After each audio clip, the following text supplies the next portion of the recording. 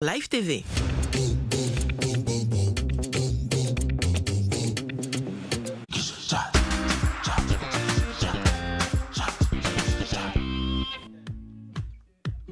Bonsoir et bienvenue. La ligne ouverte encore une fois ce soir pour vous, avec une thématique.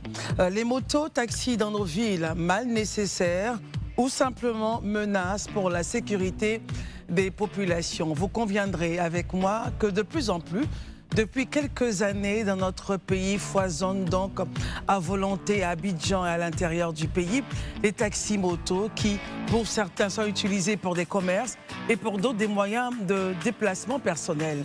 Mais attention, sont-ils régulés?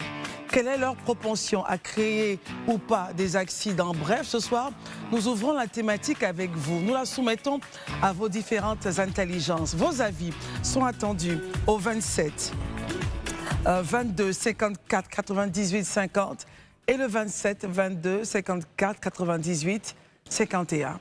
Pour en parler ce soir avec beaucoup de plaisir, c'est Marius Komoé qui nous rejoint pour cette ligne ouverte. Bonsoir Marius. Bonsoir Christelle, bonsoir chers téléspectateurs, bonsoir chères téléspectatrices. Les taxis motos, mal nécessaires ou simple danger pour les populations. Marius, votre premier commentaire? À dire vrai, le débat sur les motos-taxis dans les villes aujourd'hui en Côte d'Ivoire est beaucoup plus complexe car ce phénomène présente à la fois des avantages, ne le nions pas, c'est des avantages indéniables pour nos populations, mais également des risques majeurs, ce qui le positionne entre le mal nécessaire et une potentielle bombe à retardement, comme vous le disiez.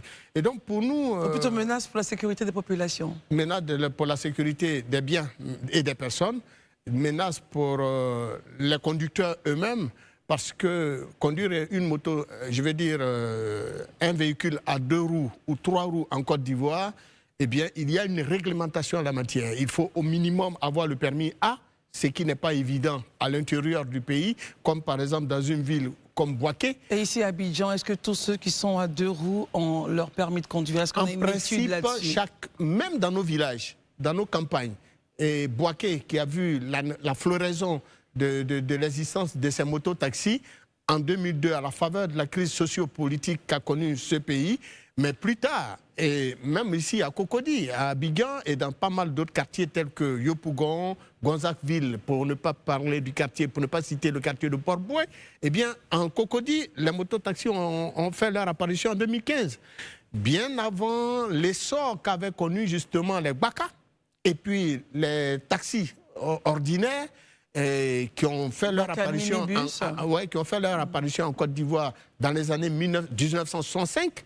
Ouais, il faut le préciser parce que c'est des dates importantes de l'histoire du transport en Côte d'Ivoire. Voilà, le taxi-compteur et les Baka ont fait leur apparition en Côte d'Ivoire dans les années 65. Mais les mototaxis, aujourd'hui, même dans nos villages, dans nos communes, s'occupent donc du transport des biens et des personnes. Nous partons en France pour échanger avec notre premier appelant, M. Kamaté. Vous nous appelez de Nice, en France. Bonsoir, oui. Monsieur Kanaté. Bonsoir, Christelle. Bonsoir à toute l'équipe de Live TV. Pouvez-vous réduire le son de votre poste récepteur, Monsieur Kanaté? C'est bon? Excellent. Allez-y, je vous en prie.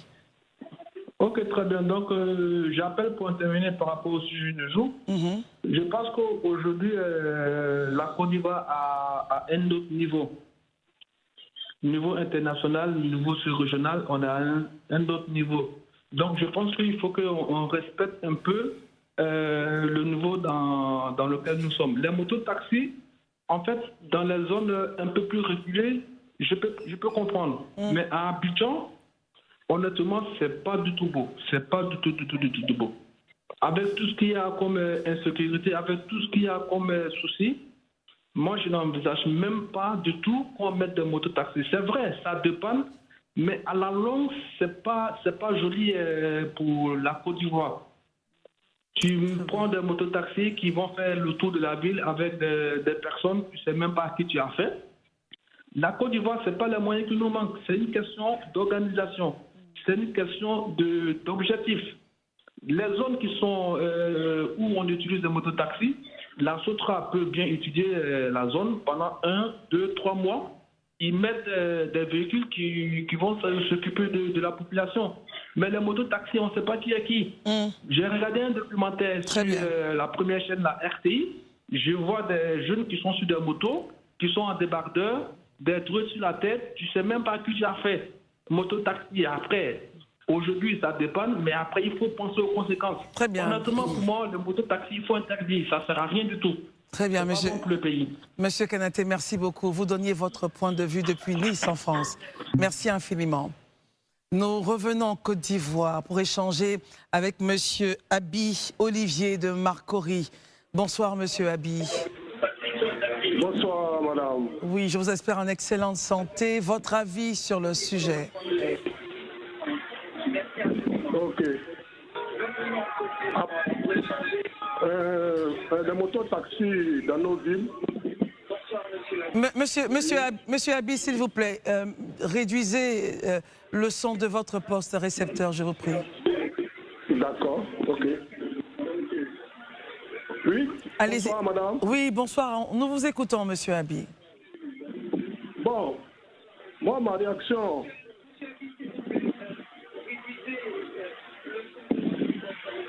Monsieur Abi, réduisez carrément le son de votre poste récepteur. Il faut carrément le mettre off, s'il vous plaît.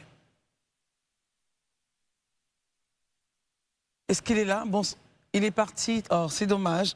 Alors, Marius... Oui, monsieur Kanaté, pour lui, de France, nous dit la Côte d'Ivoire est un grand pays, ce n'est pas les moyens qui manquent à la Côte d'Ivoire. Il faut carrément annuler ce type de transport. Je ne partage pas totalement son point de vue, même si ça s'entend. Parce qu'il faut rappeler que les mototaxis existent dans de nombreuses grandes villes du monde, notamment en Afrique, à Accra, à Dakar, à Lagos, mais à Lagos, Kinshasa, attention, à Lagos, il y a régulation. Hein. Il y a des lieux où il mais pas. nécessairement. Ce qui veut dire que ce n'est pas leur présence qui est un problème. C'est la question donc de la régulation de leur utilisation au niveau du transport. C'est de ça qu'il s'agit. Sinon, dans des villes en Amérique du Sud, à Rio de Janeiro, à Rio de Janeiro, à Lima, mais dans des grandes villes aussi, même à New York, à Paris, à Londres, eh bien, à Toronto, eh bien, les mototaxis, évidemment, existent et font le transport des biens et des personnes. Là où nous avons un problème, c'est le mode d'utilisation des motos-taxis. C'est le mode d'utilisation de ces engins à 3 roues et même à 2 roues. Alors, côté Lagos, juste une info, les autorités donc, ont interdit les mototaxis et les tricycles autorisés en raison de leur dangerosité qui compliquait donc le déplacement des usagers. Là, nous étions en 2020. Ce qui veut dire que ça existe, mais il y a régulation et après, on prend des décisions justement pour ne plus qu'ils circulent. Si vous allez à Ouagadougou, on ne répondrait pas, les autorités burkinabées ne prendraient pas une telle décision. Si vous allez en Chine, et plus précisément à Pékin, les autorités chinoises ne prendraient pas de telles décisions parce que les motos-taxis, pour ne pas dire les motos en général, font partie de leur quotidien. Le problème ici en Afrique, c'est que beaucoup de nos frères, beaucoup de nos jeunes frères qui veulent bien se débrouiller utilisent ces motos-taxis sans avoir véritablement à respecter les règles. Ils n'ont même pas le permis A. On revient avec vous, Marius Comoé. C'est plutôt M. Abi qui est de retour sur l'antenne. Monsieur Abi, rebonsoir. Bonsoir, oui. Madame. Oui, alors nous vous écoutons, Monsieur Abi. Je salue le grand frère Abi Olivier. Allez-y, s'il vous plaît. Bon, ma réaction par rapport aux mototaxis dans nos villes, là, c'est vraiment un danger permanent pour la population. Ouais, c'est vraiment un danger permanent. Pourquoi? Parce que vous voyez les gens qui conduisent les mototaxis, là, notamment à Marcory, à Limobo ici, c'est des jeunes de rien du tout. Exactement. C'est des jeunes de rien du tout. Quand vous les voyez, ils ont quel âge, Monsieur Abi? Quand vous dites de rien, ça veut dire quoi? Quel est le segment d'âge? Bon, s'ils sont trop âgés, entre 16 et 18 ans. Ce pas des adultes, hein. Peut-être ce n'est même pas des responsables. Et quand ils conduisent, c'est à toute tête. Hein. Ils conduisent n'importe comment. Et ça fait peur. Voilà, ça fait peur. Alors pour vous, la solution, ça serait de faire quoi?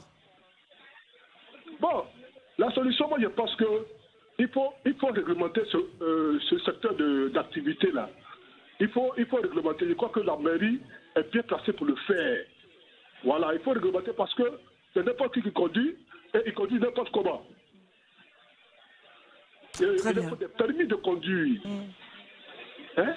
Il ne respecte même pas aucun code de la route.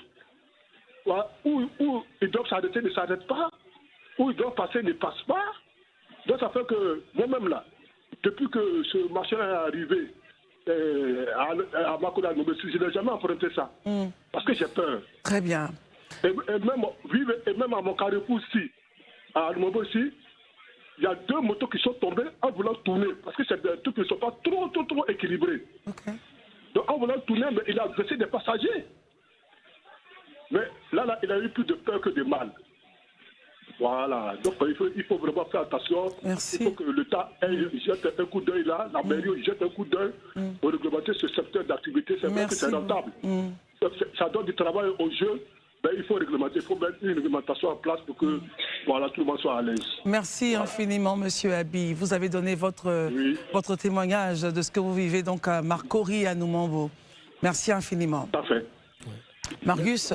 Il dit vrai parce que c'est ça même d'ailleurs l'objet de cette émission, attirer l'attention des autorités. D'ailleurs, pour compléter les propos de M. Abi Olivier, qui est un aîné que je connais très bien, jeune frère du maire Abi Raoul, cela dit, je rappelle que les motos en taxi sont impliquées dans 23% des cas d'accidents corporels en Côte d'Ivoire, 33% des tués sur nos routes en Côte d'Ivoire et 25% des blessés sur nos routes en Côte d'Ivoire. Voilà le triste bilan des mototaxis et des engins à trois roues. Donc on comprend que certains pays, on comprend donc pourquoi certains pays africains qui avaient développé donc ce style de transport ont finalement interdit, comme je disais, le cas de Lagos depuis au Nigeria depuis 2020. Y a-t-il lieu de réfléchir sur une interdiction de la circulation des mototaxis et des engins à 3 roues sur les territoires ivoiriens? La question reste centrale et au cœur des préoccupations des Ivoiriens. Si on s'en tient aux propos de M. Abi Olivier, n'empêche que dans les faits, eh bien, il y a urgence à prendre des décisions de sorte à maintenir l'équilibre de la mobilité urbaine dans nos villes. Très important. De Marcory, nous allons avoir une conversation maintenant avec monsieur Guy Yavebo qui nous appelle d'Angré. Bonsoir monsieur Yavebo. Alors, bonsoir madame Christelle. Oui, pouvez-vous parler un peu plus fort s'il vous plaît? Alors bonsoir madame Christelle. Bonsoir monsieur Yavebo, j'espère que vous allez bien. Votre avis, réaction sur le sujet. Dieu merci, allez-y. Alors, ma réaction sur le sujet, effectivement, on va dire que c'est un mal nécessaire avec les cas de tricycles, des mototricycles. Et malheureusement, on constate que l'arrivée de ces mobilités-là nous mène dans un contexte de changement, on va dire, d'atmosphère dans notre ville ou bien dans notre quartier. On regarde plus ou moins comme l'appelant précédent disait que ce sont des enfants de rien du tout qui conduisent les véhicules. Et malheureusement, ces enfants souvent sont sous l'effet de l'alcool, souvent de la cigarette. Et on va dire les exemples les plus probants, c'est que souvent quand on prend ces véhicules-là, les enfants sont en train de fumer. La vitesse à laquelle les enfants roulent le véhicule, c'est vraiment dangereux.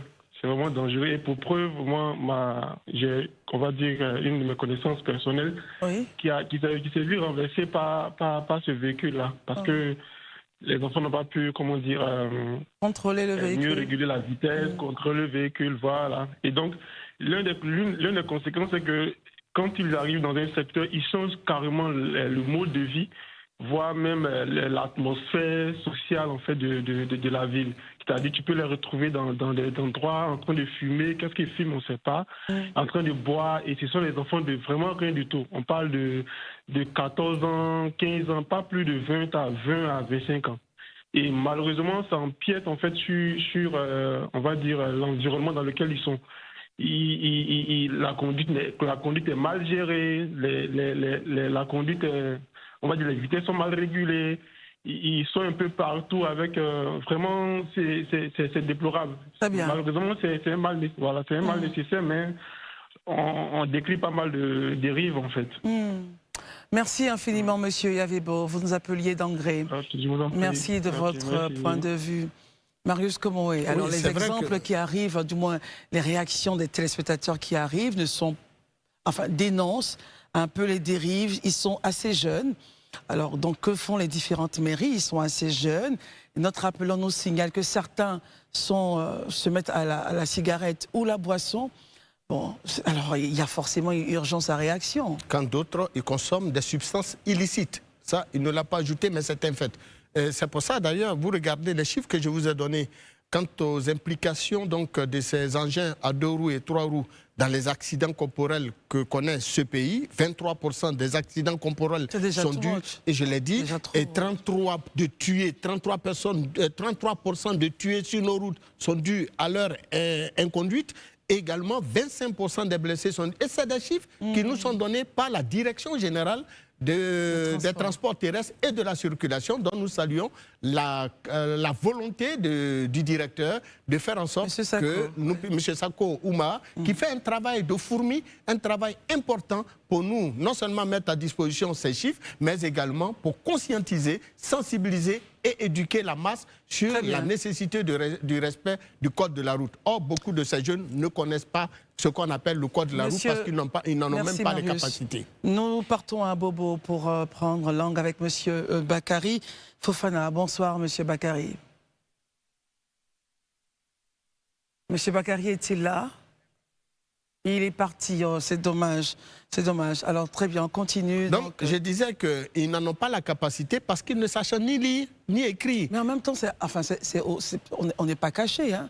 C'est vraiment au-dessus de tous et donc des autorités compétentes. Et c'est ce qui a été toujours de tout le temps mon combat. Oui. Je l'ai dit tout le temps et à tous les séminaires, à tous les ateliers, à toutes les rencontres que nous avons avec les pouvoirs publics et les acteurs du système de transport, je l'ai toujours déploré.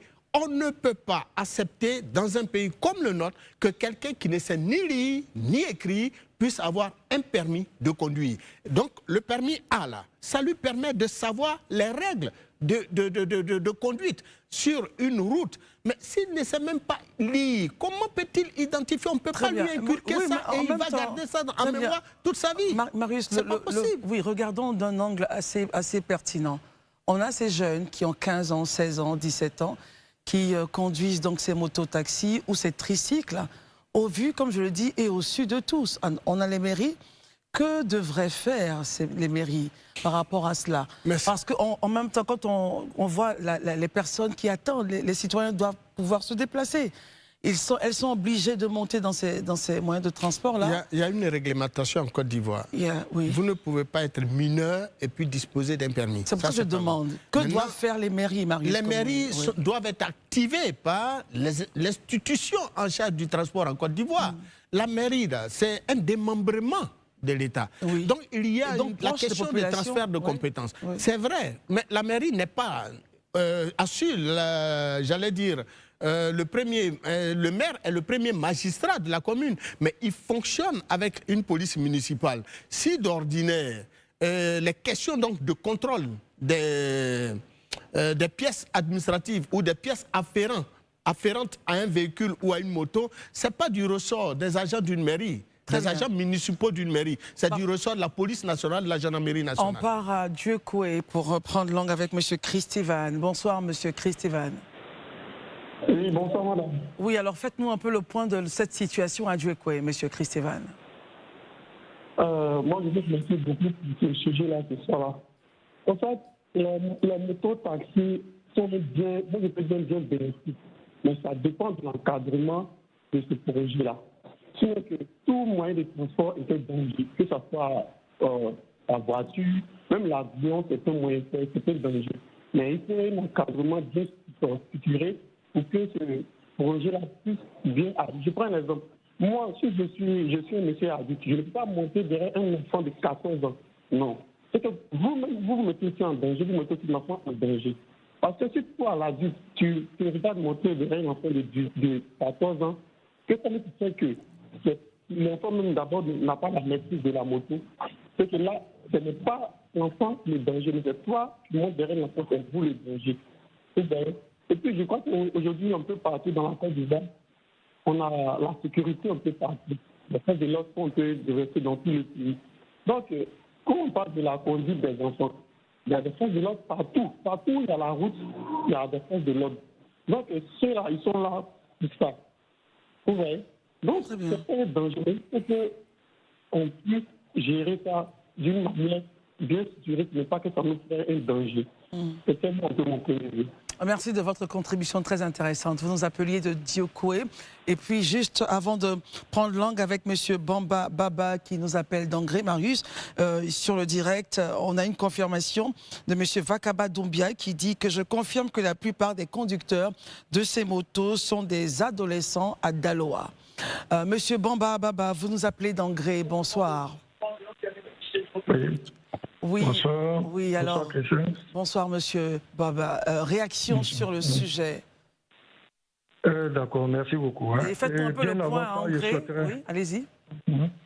Oui, c'est bien avant ça. Permettez-moi de répondre à une dame qui vous a accusé la dernière fois. Je n'ai pas trop aimé, j'ai essayé d'intervenir, je n'ai pas pu. Oh non, c'est pas grave, je vous en prie. Non. Non, c'est pas grave. Non, vous êtes impartial sur le plateau et moi je vous admire.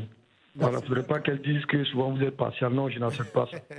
Maintenant, je reviens au vif du sujet. Oui, c'est que, bon, vous savez, il ne faudrait pas tirer à boulet rouge sur les mototaxis. C'est cela. Parce que, mine de rien, ces mototaxis aident la population. Tout le monde n'a pas les moyens de s'offrir une voiture ou de s'offrir les services de taxi ou de Yango. C'est ça. Et ces mototaxis ont l'avantage de rentrer dans des recoins des quartiers où souvent les véhicules même ne peuvent pas arriver. Parce que vous savez qu'il y a des quartiers qui sont, quand on te dit Angré, Djorobité, mais il y a des quartiers qui sont très éloignés où le taxi même ne peut pas arriver devant, c'est le mototaxi qui y arrive. Et donc, nous avons l'avantage d'aller dans ce coin-là et ces mototaxis sont moins chers et créent des emplois aussi. Voilà, c'est vrai que tout n'est pas rose, mais il faut chercher à améliorer. C'est vrai qu'ils conduisent souvent sans les permis de conduire, sans des casques. Et ils sont à la base de la plupart des accidents, comme M. Koumé l'a dit tout à l'heure, il parle de 35%. Et aussi, quand il y a les marais, ils se donnent ce qu'on appelle les plaisirs, ils embrouillent tout le monde, et ça, c'est pas intéressant. Voilà. C'est des enfants, certes, mais ceux-là, c'est mieux qu'ils soient occupés, qu'ils soient livrés à eux-mêmes, c'est ce qui envoie les histoires de banditisme et tout. Et moi, je pense que l'État doit, surtout les mairies, doivent essayer de réglementer ça, puisque quand les mototaxis sont là, les mairies viennent encaisser des taxes. Et donc, quand vous encaissez des taxes, cela veut dire que ces motos-là engendrent des revenus pour la mairie. Donc, les mairies gagneraient à réglementer ces secteurs-là, puisque c'est les secteurs qui offrent de l'emploi. Les réglementer et puis, bon, vraiment faire en sorte que les dégâts soient réduits au minimum. Très bien. Alors, moi, je pense que c'est ce qu'il faut faire. Il ne faudrait pas tirer à plus Russie pour dire que tout le monde n'a pas les mêmes moyens. C'est cela. Voilà, donc, merci beaucoup. C'est ce que je voulais plaisir. dire. Merci beaucoup, M. Bamba Baba, de votre contribution. Et vous serez donc notre dernier appelant du jour. Marius Komoué, M. Bamba a essayé donc de nous dire, attention, tout n'est pas mauvais, ils aident, il y a de l'emploi, on évite le grand banditisme parce qu'ils sont occupés, mais il dit en même temps, attention, c'est vrai, tout n'est pas rose. On a 1 minute pour terminer, Marius. Oui, 1 minute, disons tout simplement que le secteur est souvent fonctionne ou un caracole dans l'informel total et dans un secteur peu ou mal réglementé. Pour nous, c'est ce qui d'ailleurs rend difficile le contrôle des pratiques de ce secteur, les surcharges, les vitesses excessives, les incivismes constatés. Et donc, pour amenuiser tous ces risques, il y a lieu que l'État réfléchisse sur une réglementation, de sorte à ne plus voir des enfants de 15 ans, de 16 ans, tenir ces guidons, ces volants. Mais des personnes matures, adultes, il faut des gens qui sont majeurs. Pour avoir un permis de conduire en Côte d'Ivoire, il faut être majeur. Très bien. Et si vous êtes mineur, je crois bien, si ma pensée ne me trompe pas, il faut avoir une autorisation parentale. Ce qui n'est pas le cas. Ces enfants n'ont aucune... Ils ne savent ni lire, ils ne savent ni écrire. Dans les villages, dans les communes, la preuve, les chiffres que je vous ai donnés, qui nous viennent de la Direction générale des transports terrestres, gérée des mains de maître par M. Oumba Sako, en attestent véritablement du danger que représentent ces gens-là. En tout cas, il faut une réglementation qui permettrait naturellement à la Côte d'Ivoire d'éviter tous ces morts et ces blessés engendrés par ces mototaxis. Voilà, ce sont donc des personnes qui aident la population à se déplacer. Mais comme on a dit, il faut réguler, il faut revoir l'âge de ceux qui conduisent, il faut les former, enfin faire en sorte que ce soit une corporation qui travaille bien pour le bonheur des populations ivoiriennes. On se retrouve dans quelques minutes pour le Grand Talk. À tout à l'heure.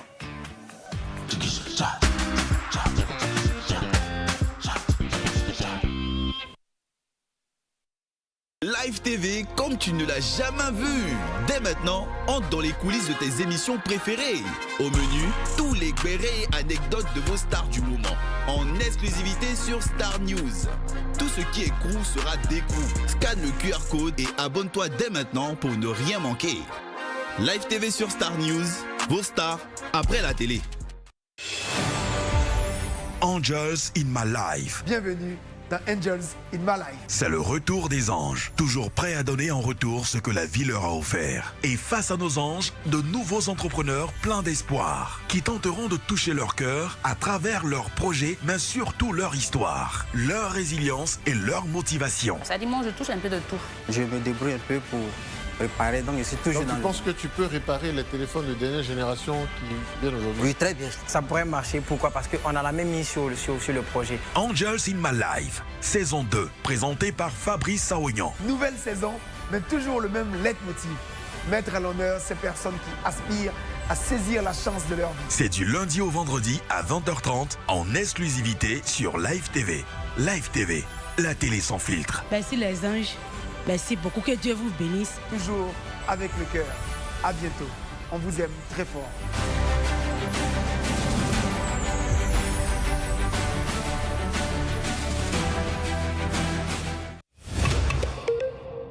Sur Live TV, la tête midi, c'est mon heure. Les esprits, bienvenue. Il est drôle. Ah, on va bara. Plein de talent. Hey, tremblez, tremblez, tremblez, tremblez. Il a une team de fous et leur mission, vous faire vivre une pause déjeuner pleine de saveurs. Il n'a qu'à se reposer, il est fatigué de s'asseoir. Alors je m'assois. Actu People. Ces actions-là visent à semer l'espérance. Reportage. Et grâce à toi, il y a plusieurs jeunes qui ont du boulot ici à Abidjan. Micro-trottoir. C'est glacé? Très glacé. Enquête inédite. Chez moi, c'est ici en pinceau à saisir. Choisissez le meilleur du midi en suivant William Midi. On commence à crier et on va sonner. Du lundi au vendredi à 11h30. Uniquement sur Live TV.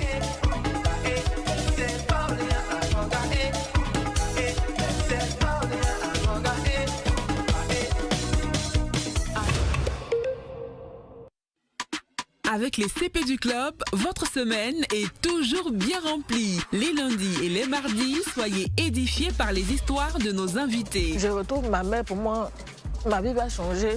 Je viens chez ma maman aussi. Ça veut dire que c'est les mêmes bêtises, les mêmes désordres. La famille, oui, c'est tout ce qu'on a. Et parfois, la famille te pousse en fait dans des schémas extrêmement douloureux. Quand vous devez faire un choix, ne faites pas le choix tout simplement parce que votre cœur est en train de battre. Travaillez un peu avec votre cerveau. Les mercredis, prenez position dans notre jour de débat. Une femme qui tombe enceinte, qui reste dans le foyer jusqu'à l'accouchement, et puis on va demander à l'homme, est-ce que tu vas accepter l'enfant? C'est impossible. Non, c'est pas mon PDG. D'avoir des femmes, excusez-moi. On ne s'entend pas. Si je dois apporter une aide à ma mère, je n'ai pas besoin de l'avis de ma femme. Tu peux pas dire ça. Je veux venir là-dessus. Faut pas faire ça. Si elle veut toucher à ma poche.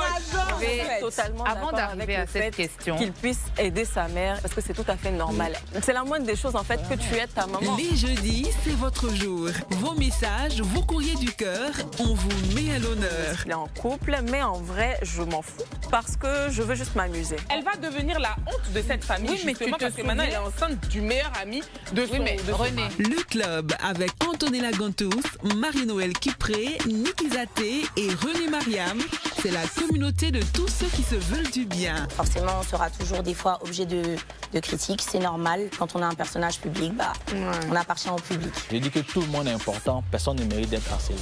Plein de bisous à vous et bonne fin de semaine. C'est du lundi au vendredi à 14h et c'est seulement sur Live TV, la télé sans filtre.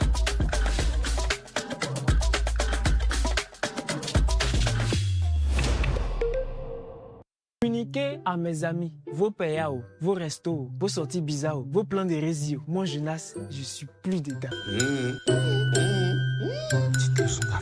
En tout cas, même 5 francs, il n'est plus à dépenser. Maintenant, si quelqu'un veut me prendre en charge, je suis tellement disponible. Je suis ouvert. C'est mieux. Mais même 5 francs, il n'y a plus à dépenser. Je sors seulement une seule fois par an. C'était hier, donc c'est fini. Je ne sors plus encore. Merci beaucoup. Signé Lava. Aïe, ah ouais. Petite leçon d'avare. Chez vous, l'école, pilier de l'éducation, n'est malheureusement pas accessible à toutes les bourses. C'est le rôle, justement, du gouvernement d'y remédier. On vous explique. Aujourd'hui, zoom sur le déploiement de 30 nouvelles classes passerelles pour 900 enfants vulnérables. Du 29 septembre au 11 octobre 2025, la direction de l'éducation non formelle du ministère de l'Éducation nationale et de l'alphabétisation a organisé une formation nationale des animateurs et encadreurs à Yamoussoukro en vue du déploiement de 30 nouvelles classes passerelles dans les directions régionales de l'éducation nationale, les DRENA d'Abidjan 1, 3 et 4, Boaké 2, Mans, Boundiali et Bondoukou. Pendant 28 semaines, ces classes passerelles accueilleront 900 enfants vulnérables âgés de 9 à 14 ans, actuellement hors du système scolaire, afin de leur offrir un apprentissage accéléré dans le but de les réintégrer à l'école classique. Selon la directrice de l'éducation non formelle, Anita Suzanne Traoré, le gouvernement réaffirme par cette action son engagement à garantir à tous les enfants de Côte d'Ivoire une éducation inclusive, équitable et de qualité. Cette initiative s'inscrit dans le cadre de la mise en œuvre de la stratégie nationale de l'alphabétisation et de l'éducation non formelle 2025-2026. Elle illustre la volonté du ministère de l'Éducation nationale de mieux relier l'éducation formelle et non formelle en cohérence avec la loi qui institue la scolarisation obligatoire pour les enfants âgés de 6 à 16 ans. Voilà, vous savez tout au sujet du déploiement de 30 nouvelles classes passerelles pour 900 enfants vulnérables. On se donne rendez-vous au prochain épisode.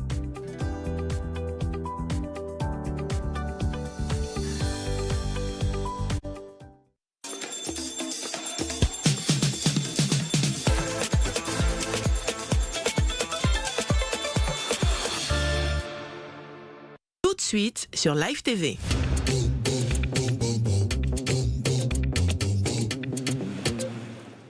Recevez 10% de cash avec Melbet. Que le spectacle continue. Jard Industrie Côte d'Ivoire, bâtissons ensemble le cadre de vos plus belles histoires de vie. Madame, Monsieur, bonsoir et bienvenue. La question mérite d'être posée avec acuité. Quels sont les enjeux des législatives du 27 décembre 2025 pour notre pays, la Côte d'Ivoire? Assisterons-nous à un hémicycle contrôlé par le RHDP ou simplement l'opposition arrivera-t-elle à équilibrer les débats et pourquoi pas à contrôler l'Assemblée nationale? C'est avec Assalé Tiemoko, député maire de Tiassalé, que nous portons débat ce soir. Merci d'être avec nous. Le Grand Talk démarre maintenant.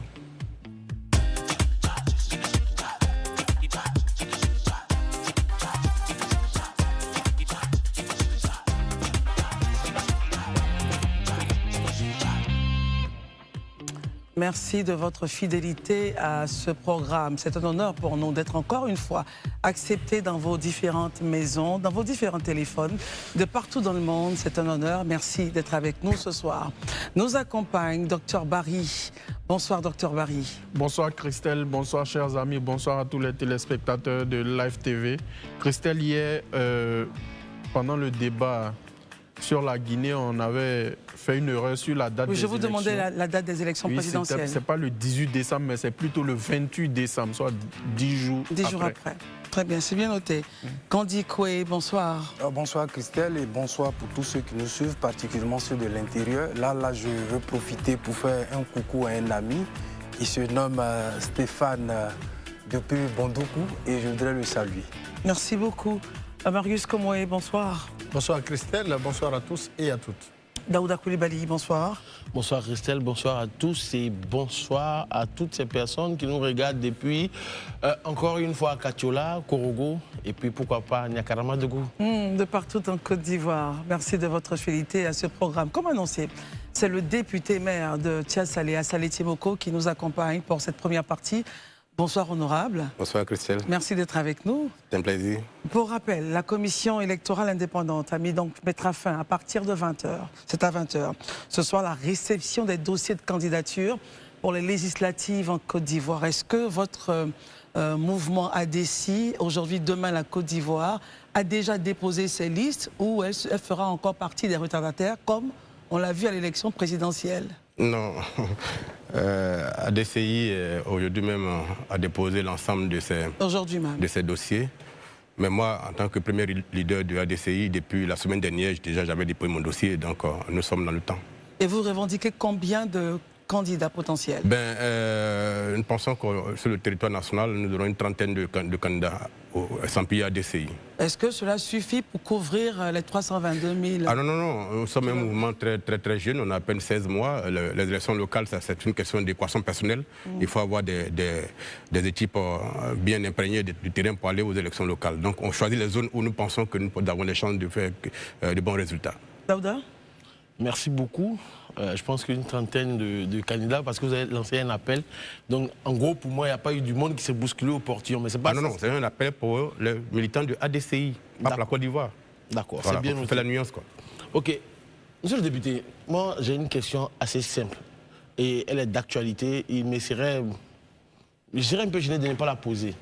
Actuellement, sur les réseaux sociaux, il y a un vrai débat qui s'élève, notamment sur TikTok, où souvent vous y êtes, sur la question de nos compatriotes d'origine libanaise qui souhaiteraient être candidats à la députation. Il y a un vrai débat qui s'est élevé sur cette question. D'origine libanaise, mais naturalisée. Naturalisée ivoirienne, voilà. J'aimerais savoir quel est, vous, personnellement, votre avis, parce que généralement, vous donnez votre avis, mais pour cette fois, vous n'avez pas donné votre avis. Oui, parce que je pense que l'environnement est assez empoisonné par des débats qui sont menés par des personnes qui n'ont pas forcément les outils intellectuels pour agir là-dessus. Sur la question, je pense que c'est un faux débat. On est ivoirien soit de naissance, soit on est naturalisé. Quand on est naturalisé, la loi est très claire. Pour être candidat, il faut attendre 10 ans. Pour être électeur, il faut attendre 5 ans. Mais à partir du moment où on est naturalisé, on a les mêmes droits que tous les autres Ivoiriens. Qu'on soit de peau noire ou de peau blanche, dès l'instant où on est ivoirien, qu'on détient une carte d'électeur, pardon, une carte d'identité ivoirienne, qu'on remplit les conditions fixées par la loi, on peut se présenter à n'importe quelle élection. Peut-être pas la présidentielle, où les conditions sont plus rigides par rapport à la nationalité, mais pour les autres élections locales, quand on remplit les conditions de délai de 5 ou 10 ans, on peut être candidat à tous les niveaux. Qu'on soit libanais ou qu'on soit, je sais pas moi, burkinabé, qu'on soit malien ou pas, l'essentiel est qu'on remplisse les conditions fixées par la loi. Mais quelque part, M. Assalet Temogo, est-ce que vous ne pensez pas que c'est vous, même les hommes politiques, tout parti politique indépendant confondu, qui avez pollué ce débat-là?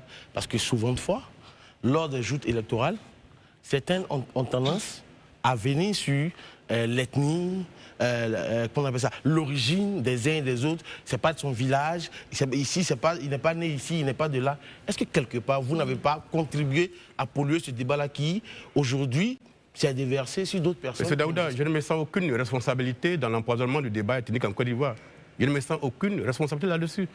J'ai même vu que, il y a quelques jours de cela, un proverbe à Caen que j'avais utilisé dans un village a suscité tellement d'interprétations. J'ai vu une agitation de personnes qui sont foncièrement tribalistes et qui recherchent dans les mots des autres les moyens d'alimenter leur communautarisme. Le proverbe disait, et je le cite, on ne confie pas le trésor d'un village à une pédricesse là. Mais justement, elle l'emportera dans la forêt. Je vais dire, c'est un problème que j'ai utilisé à Sirasso récemment dans un meeting, que j'ai utilisé à Ferke, lorsque je suis allé faire un meeting pour soutenir mon ami et frère Kawoli. Je l'utilise pour les élus qui, une fois élus, disparaissent et réapparaissent 5 ans plus tard à la veille des élections. C'est de cela qu'on parle. Les élus qui viennent rendre compte, notamment les députés qui sont élus, et qui doivent rendre compte de la population chaque trimestre, chaque semestre, et ils doivent être dans leur localité pour rendre compte.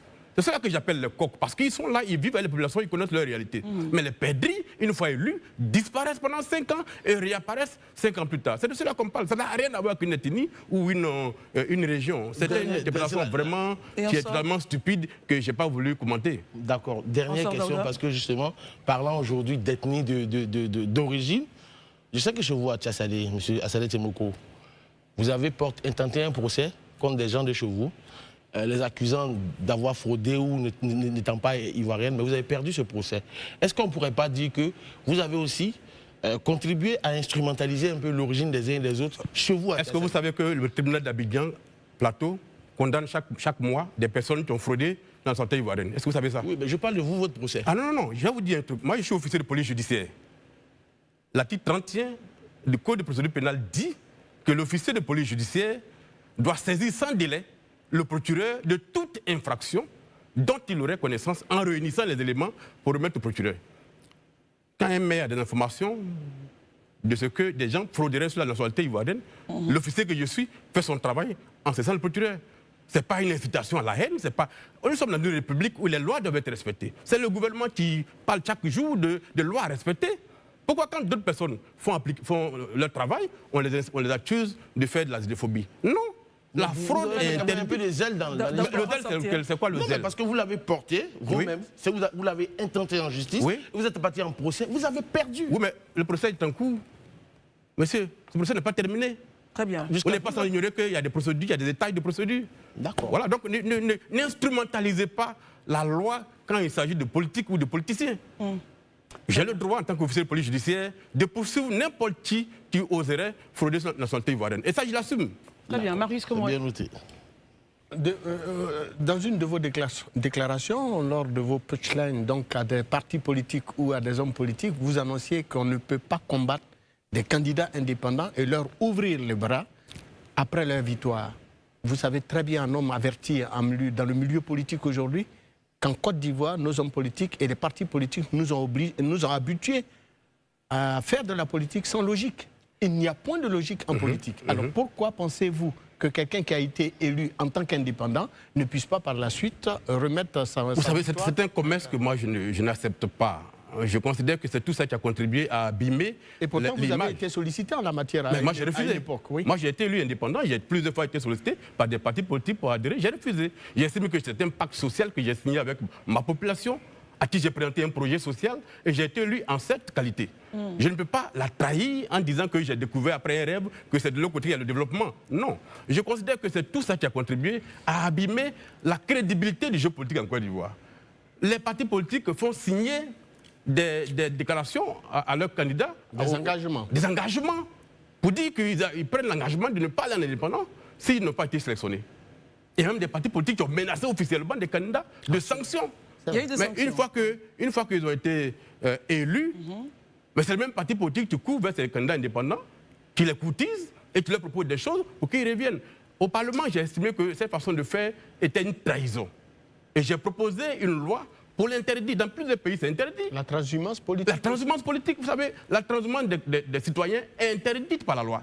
Quand un citoyen se lève à Abidjan pour aller s'enrôler à Thiessalé alors qu'il n'y vit pas, la loi prévoit jusqu'à 1 an d'emprisonnement pour ça. Exactement. Mais pourquoi l'élu, lui, peut transhumer et puis on célèbre cela? Donc j'ai estimé que c'est quelque chose qu'on doit réguler. Est-ce que cette loi a prospéré justement? Mais justement, c'est parce que chacun il trouve son commerce qu'ils ne veulent pas l'approuver. Moi j'ai fait la proposition de loi, elle a été rejetée par le Parlement. Donc j'estime que ce débat-là, on le fera plus tard, quand le pays sera moins polarisé d'un point de vue politique. Docteur Barry? Monsieur Assalé Tiemoko, récemment, le PDCI-RDA, qui est un parti politique bien connu de vous, a lancé un nouveau mouvement dans le cadre des élections législatives. Est-ce que M. Assalé Tiemoko a été contacté? Vous parlez du RID, du RID, bien sûr. Si oui, quelle a été la réponse des ADCI et de son président? ADCI a été effectivement contacté par nos frères du PDCI dans le cadre de ce projet-là, mais ADCI n'y rentre pas. Pourquoi? Nous pensons qu'il y en a trop. Il y a trop de structures qu'on crée en Côte d'Ivoire. Nous avons créé un mouvement, nous avons un projet social, nous avons une idéologie qui est la nôtre. Nous estimons que dans le cadre d'une élection, qu'elle soit présidentielle ou municipale ou régionale, il peut y avoir des alliances entre des partis politiques pour contrôler un secteur précis. Et donc dans ce cadre-là, on peut aller en alliance, mais créer des mouvements formels dans lesquels on va j'allais dire, interagir. Nous, à DCI, nous pensons que ça n'est de trop. Voilà. C'est un mouvement de trop, selon vous? Oui. Gandhi Koué, pardon, Docteur Barry relance. Tout à l'heure, vous avez dit que vous allez candidater dans au moins 30 zones. Oui. On peut savoir quelles sont les zones en question? Quelques-unes. Je n'ai pas toutes les zones en tête parce que c'est le secrétaire exécutif et son équipe qui ont travaillé sur toutes ces questions. Moi, on me rend compte du nombre de dossiers qui ont été validés par l'équipe que j'ai mise en place. Alors, de Châtel-Salé, où je suis candidat, vous avez Ndoussi, vous avez tous les départements de Bongouanou, où nous sommes présents, vous avez tous les Pleux, vous avez à Beauville, enfin il y a plusieurs zones comme ça, où même au nord du pays, où nous sommes aussi... Justement, j'allais en venir, au nord, dans quelle localité? Au nord, il y a des candidats, Sirasso, Nyakaramadou, tout ça, c'est des zones où ADCI va présenter des candidats. Très bien, merci Dr Barry. Gandhi Koué. Honorable, une de vos phrases, la seule chose que je demande au président Ouattara est de faire en sorte que la RTI diffuse en direct le débat parlementaire. Vous êtes à l'Assemblée nationale, c'est vrai, vous demandez au président, mais quelle est l'idée derrière, c'est quoi l'objectif? Et mieux, je finis, mieux, l'Assemblée nationale, est-ce qu'il ne serait pas intéressant d'intégrer en fait dans les règles de l'Assemblée, afin que cela puisse être maintenant soit régulièrement fait, que ça soit le président, ça soit une des lois de l'Assemblée nationale, que ça soit obligatoire. Oui, vous savez, moi je crois fortement à la démocratie. Et moi j'estime que la maison du peuple, c'est le Parlement. Et que les élus qui y sont en mission au nom du peuple doivent être en activité sous le regard du peuple. J'estime que les débats au Parlement doivent être faits sous le regard du peuple, pour que chaque région, chaque zone électorale où les populations ont voté voient ce que leur député fait à l'Assemblée nationale. Quels sont les engagements qu'il prend à l'Assemblée, quelles sont les prises de parole qu'il fait à l'Assemblée, quelles sont les questions qu'il pose aux ministres qui viennent à l'Assemblée. Tout ça doit se faire sous le regard du peuple. Tout ça participe à l'éducation citoyenne et démocratique des populations. Donc j'estime que les débats qu'on fait à huis clos au Parlement ne sont pas de nature à faire grandir notre démocratie. Là, par exemple, nous sommes en train d'étudier les budgets des ministères dans le cadre de l'adresse fiscale 2026. Les ministères passent actuellement devant l'Assemblée. Mais le peuple ne voit pas cela. Pourquoi tel ministère peut avoir un budget de 1000 milliards? Quelle serait la décomposition? Qu'est-ce qu'il en fait? Quel est le bilan qu'on fait pour l'année dernière? Le peuple n'a pas accès à ça. Et donc, moi, j'estime que le chef de l'État, le gouvernement, en tout cas, tout doit être mis en œuvre pour que les Ivoiriens voient ce que font leurs députés à l'Assemblée nationale. Valence Gandhi. Honorable, est-ce qu'on aura une autre posture en fait de vous? On vous sait comme quelqu'un qui dénonce, qui fait de la satire. Est-ce qu'avec la nouvelle législative, si vous êtes élu, vous prenez une autre posture, c'est dans la continuité, mais vous allez à un autre level? On vous connaît à Salé Timo comme dénonciateur, qui parle en fait de tout ce qui est chose comme la propriété terrienne. On vous connaît comme quelqu'un qui dénonce en fait la nationalité. Est-ce qu'il y a un autre level? Vous passez à une autre étape avec la nouvelle mentalité? Si avec des sujets qui n'a pas encore touché depuis lors? Non, en fait, la mission du député ne varie pas en fonction du nombre de mandats qu'on fait. Le député a une fonction très importante.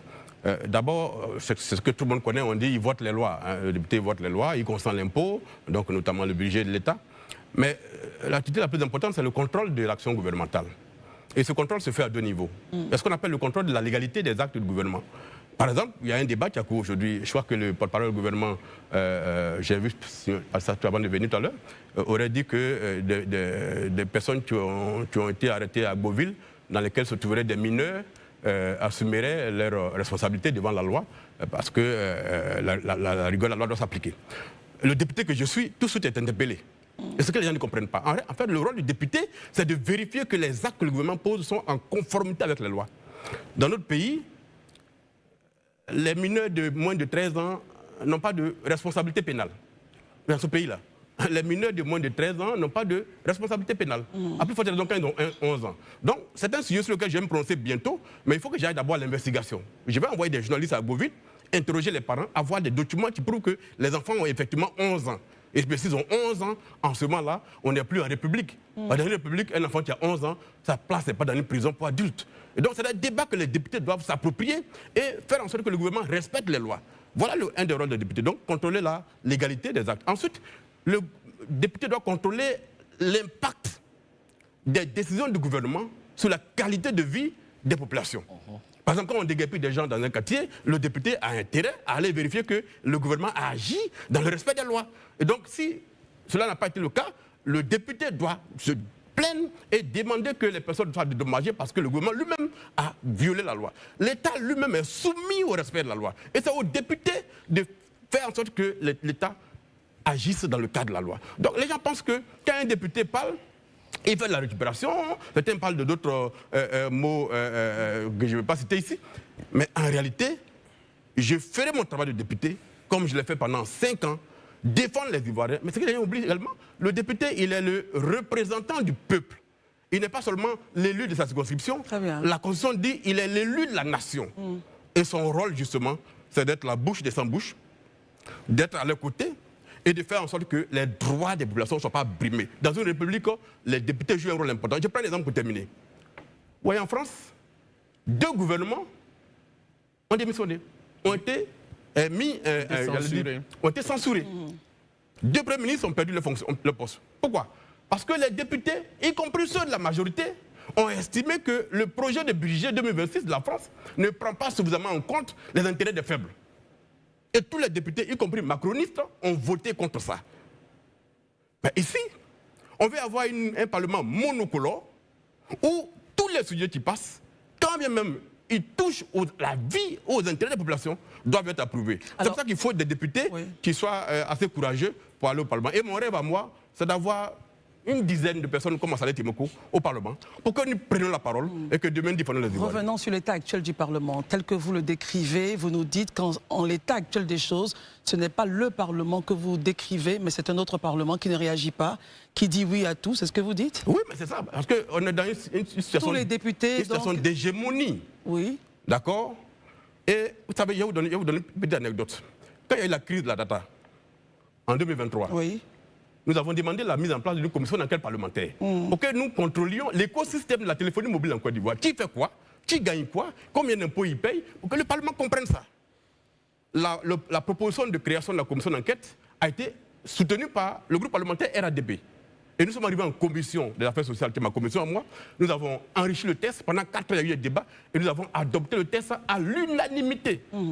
Et ça devait passer maintenant en plénière pour que nous l'adoptions, pour que ça devienne une loi, pour qu'on crée la commission et qu'on convoque tous ces gens-là, comme aux États-Unis, comme en France, où on convoque les gens devant le Parlement pour les interroger. Qu'est-ce qui s'est passé? Ce qui s'est passé? Oui. Entre la commission où on a approuvé à 100% et la plénière, le texte a disparu. Par qui? Et ça fait 2 ans que c'est apparu. Mais ça a disparu où? À quel niveau? Mais ça a disparu dans du calendrier. Ça a été retiré. Moi, j'ai interrogé mes collègues du RADP, mais où est le texte qu'on a adopté? Qui l'a retiré? Ben, le groupe parlementaire RADP l'a retiré. Je les ai interrogés, je dis, mais où est passé le texte qu'on a adopté en plénière? Pardon, en commission. Ils m'ont dit non, on l'a retiré pour l'enrichir. Ça fait 2 ans, le texte n'est pas réapparu, la mandature est finie. Voilà un peu la chose. Donc il faut un peu... Ah oui, mais tout ça on l'a fait, je l'ai interpellé. Tout ça on l'a fait et nous pensons qu'il faut rééquilibrer un peu les choses. Et que les partis politiques ont trop de poids sur nos élus. On a l'impression que les élus représentent les partis politiques et non les Ivoiriens qui les ont élus, qui les ont mis en mission. Et ça, c'est vraiment dangereux. Daouda? D'accord. Tout à l'heure, vous avez parlé de déguerpissement dans vos propos parce que ça m'a interpellé justement. Et je sais que M. Saleh Timoko a bâti sa réputation sur la défense de la veuve et de l'orphelin. Ça, on ne peut pas vous le dénier. Sauf que selon certains observateurs et selon certains coupures de presse, au niveau local, certains des commerçants au niveau de Tia-Salé se plaignent d'avoir été déguerpis, de n'avoir pas été recasés, ni encore, comment on appelle ça, ni compensation. Donc, quand je regarde ces coupures de presse et quand qu'on appelle ça, je regarde certains de nos confrères qui y vont et qui reviennent, quand on lit, et j'entends M. Saleh Timoko me parler ici de défendre la veuve et l'orphelin, j'ai comme l'impression qu'il y a une dichotomie entre les discours sociaux et les discours sociaux que vous tenez sur les réseaux sociaux et autres ça et là, et les décisions que vous prenez en tant que premier magistrat dans cette ville. Il va réagir. Je vais vous répondre très clairement. Monsieur Daouda, je suis l'élu de ce pays-là, l'un des élus qui rend compte aux populations. Chaque 6 mois, à Tia-Salé, il y a ce qu'on appelle les journées de redevabilité, où le maire est assis devant la population pendant 4 heures. Où la population, de façon libre, sans intermédiaire, a droit à la parole. Pour dire tout ce que la mairie a fait dans la commune, ce qui est légal, ce qui n'est pas légal, se plaignent. Et même, j'éduque ma population à saisir le juge si elle estime que le maire a posé un acte qui est contraire à ses intérêts. Et je mets cela comme une enveloppe que vous comprenez. Voilà, vous parlez de journalistes qui vont à Tia-Salé, bon, ça c'est dans le cadre de la guerre contre Saleh Timoko, qui pose un problème. Je ne me permettrai pas de... Moi, je me le permets. Ce sont des mercenaires de la plume, officiellement connus en Côte d'Ivoire. Je vais vous dire ça. Le sujet dont il s'agit, l'espace en face du commissariat de Tia-Salé, c'est un terrain qui appartient à la mairie. C'est le domaine public, sur lequel la mairie elle-même a construit ses magasins depuis les années 80-85, des vieux magasins que la mairie loue à des personnes qui sont là à raison de 5 000 francs par mois. Les 12 magasins font 60 000 francs par mois. dans le cadre de l'aménagement du centre-ville de Tchassalé, on a décidé de bâtir là un centre commercial. Monsieur Daouda, quand vous demandez à votre locataire de quitter votre maison, vous le dédommagez, vous laissez le temps de bâtir de votre maison, c'est tout. La mairie a mis 2 ans de mise en demeure avant de demander aux gens de partir. 2 ans. Le préfet peut témoigner. Il y a eu plusieurs réunions. 2 ans. Chaque rentrée scolaire, on me dit la rentrée scolaire arrive, monsieur le maire, on a mis 2 ans avant de déguerpir les gens. Et on les a déguerpis. Aucune loi n'a été violée, aucun intérêt n'a été violé. D'abord, quand on déguerpissait les personnes, il n'y avait personne dans ce magasin-là. Tout le monde était parti. Donc ceux qui sont venus l'exploiter après de façon politicienne, ils perdent leur temps, ça ne produit aucun effet à Tchassalé contre le maire. Voilà ce que je voulais vous dire. D'accord. Donc on a respecté la loi, on a respecté toutes les procédures avant de faire l'opération. Parce que comment je vous regarde, vous revendiquez le fait de défendre la pauvre et l'orphelin. Je pars du principe alors que, est-ce que, humainement, à Tchassalé, il n'y a pas des gens qui, dans ces conditions-là, que vous pourriez aider en tant que maire? Monsieur Daouda, la mairie met plus d'1 million pour aider les pauvres à Tchassalé. D'accord. D'accord. La mairie scolarise 482 enfants pauvres à Tchassalé. C'est de ça qu'il s'agit. Ce n'est pas une personne qui est dans une maison qu'elle loue, qu'on a mis dehors, qu'on doit les dédommager. Est-ce que vous savez que la mairie ne peut faire aucune dépense sans l'accord du gouvernement, à travers la tutelle du ministère? Donc, pour aller dédommager des gens qui n'ont pas de droits sur le terrain de la mairie, la tutelle ne va jamais approuver cela. Est-ce que vous savez cela? Comment vous voulez dédommager quelqu'un qui est en violation de la loi? Qui va l'autoriser? Très bien. Donc, parce que vous ne comprenez pas les choses que parfois, vous dites des choses que vous ne maîtrisez pas. Non, mais justement, c'est pour ça que vous êtes là. La dernière relance, s'il vous plaît. Non, parce que la vérité, quand vous lancez cette boutade comme ça... Laquelle boutade? Laquelle boutade? Parce que moi, je vous pose la question parce que je ne sais pas. Laquelle boutade? Non, quand on ne sait pas des choses, oui, c'est parce que je ne sais pas. Ah oui, mais justement... Non, c'est parce que je ne sais pas, humblement, que je vous pose la question. Que vous vous expliquez. Avancez, s'il vous plaît. Mais il me s'est expliqué. Voilà, si vous êtes expliqué, ne tuez pas le messager. Hein? Tenez-vous en compte au message. La dernière question, c'était ça. La dernière question, M. Daouda.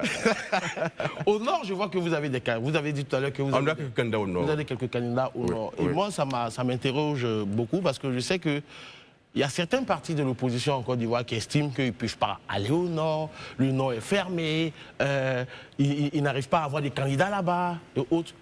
Vous, à Sadé Temoko, vous savez tout. Comment est-ce que vous avez fait?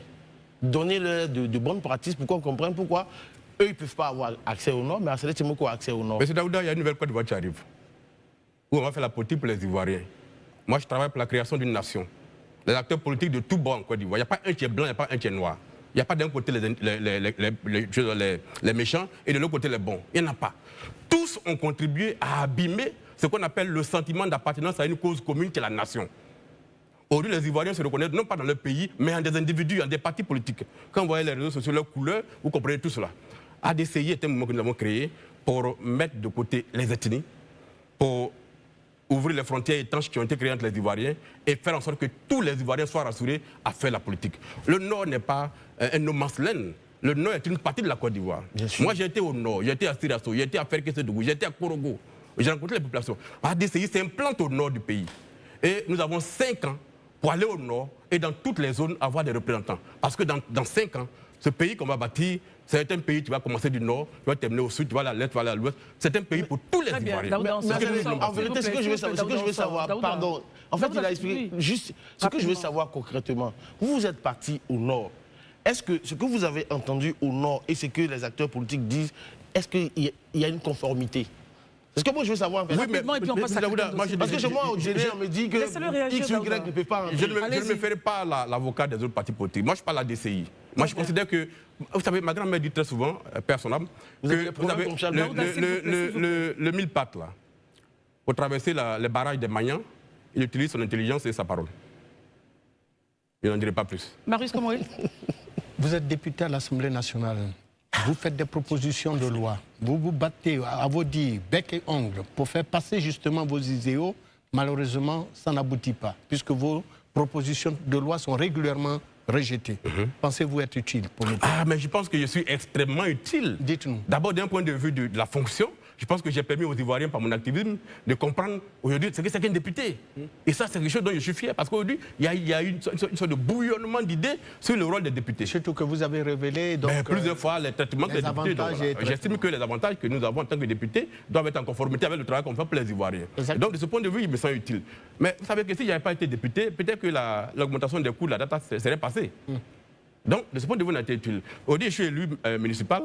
Mon engagement sur le social a permis aujourd'hui de supprimer les cotisations COJES en Côte d'Ivoire. C'est très important. Et donc, je pense que ce n'est pas le fait de faire passer les lois à l'Assemblée qui est la plus importante. La chose la plus importante, c'est de proposer, c'est de faire le travail. Les textes que j'ai proposés ne sont pas passés. Peut-être demain, d'autres parlementaires vont arriver, seront majoritaires, et puis ils verront leur intérêt et les feront passer. Donc, j'estime qu'un député doit être celui-là même qui est tout le temps à l'écoute des populations. Et c'est une sentinelle. Il est le rempart, il est dans la société. Tout ce qui ne va pas, il doit le codifier par des textes. Honorable. Et l'Assemblée doit pouvoir l'adopter. S'il vous plaît, pensez-vous être le seul député en Côte d'Ivoire qui fassiez le job? Ah non, non, je ne peux pas avoir cette prétention. Sur ce plateau, une fois, j'avais dit ici que, à la décharge de mes collègues, ils sont dans des partis, ils sont trop puissants, et que chacun cherchant un intérêt particulier n'a pas intérêt à se battre comme je le fais. Mais moi, je n'ai pas de compte à rendre à qui que ce soit en Côte d'Ivoire ici. Je suis député, le seul à qui je rends compte, c'est le peuple de Côte d'Ivoire. Et j'estime que d'autres députés comme moi font le travail, mais peut-être avec pas le même courage parce qu'ils ont plus d'épée que moi sur la tête. Docteur Barry.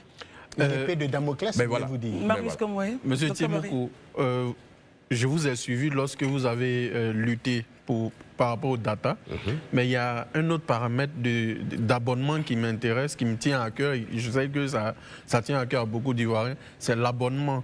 Je ne sais pas si je dois citer la chaîne. Non, je comprends. Mais vous voyez de quoi je parle. Je comprends. Voilà, quand on voit le niveau de vie des Ivoiriens, le SMIC qui est à 75 000 francs pour avoir accès à ce groupe-là, c'est quand même beaucoup d'argent. Est-ce que dans les perspectives, M. Tiemokou envisage porter ce combat-là? Mais est-ce que vous savez que le mastodonte en question, il y a 2 ans de cela, je me suis battu contre elle, cette structure.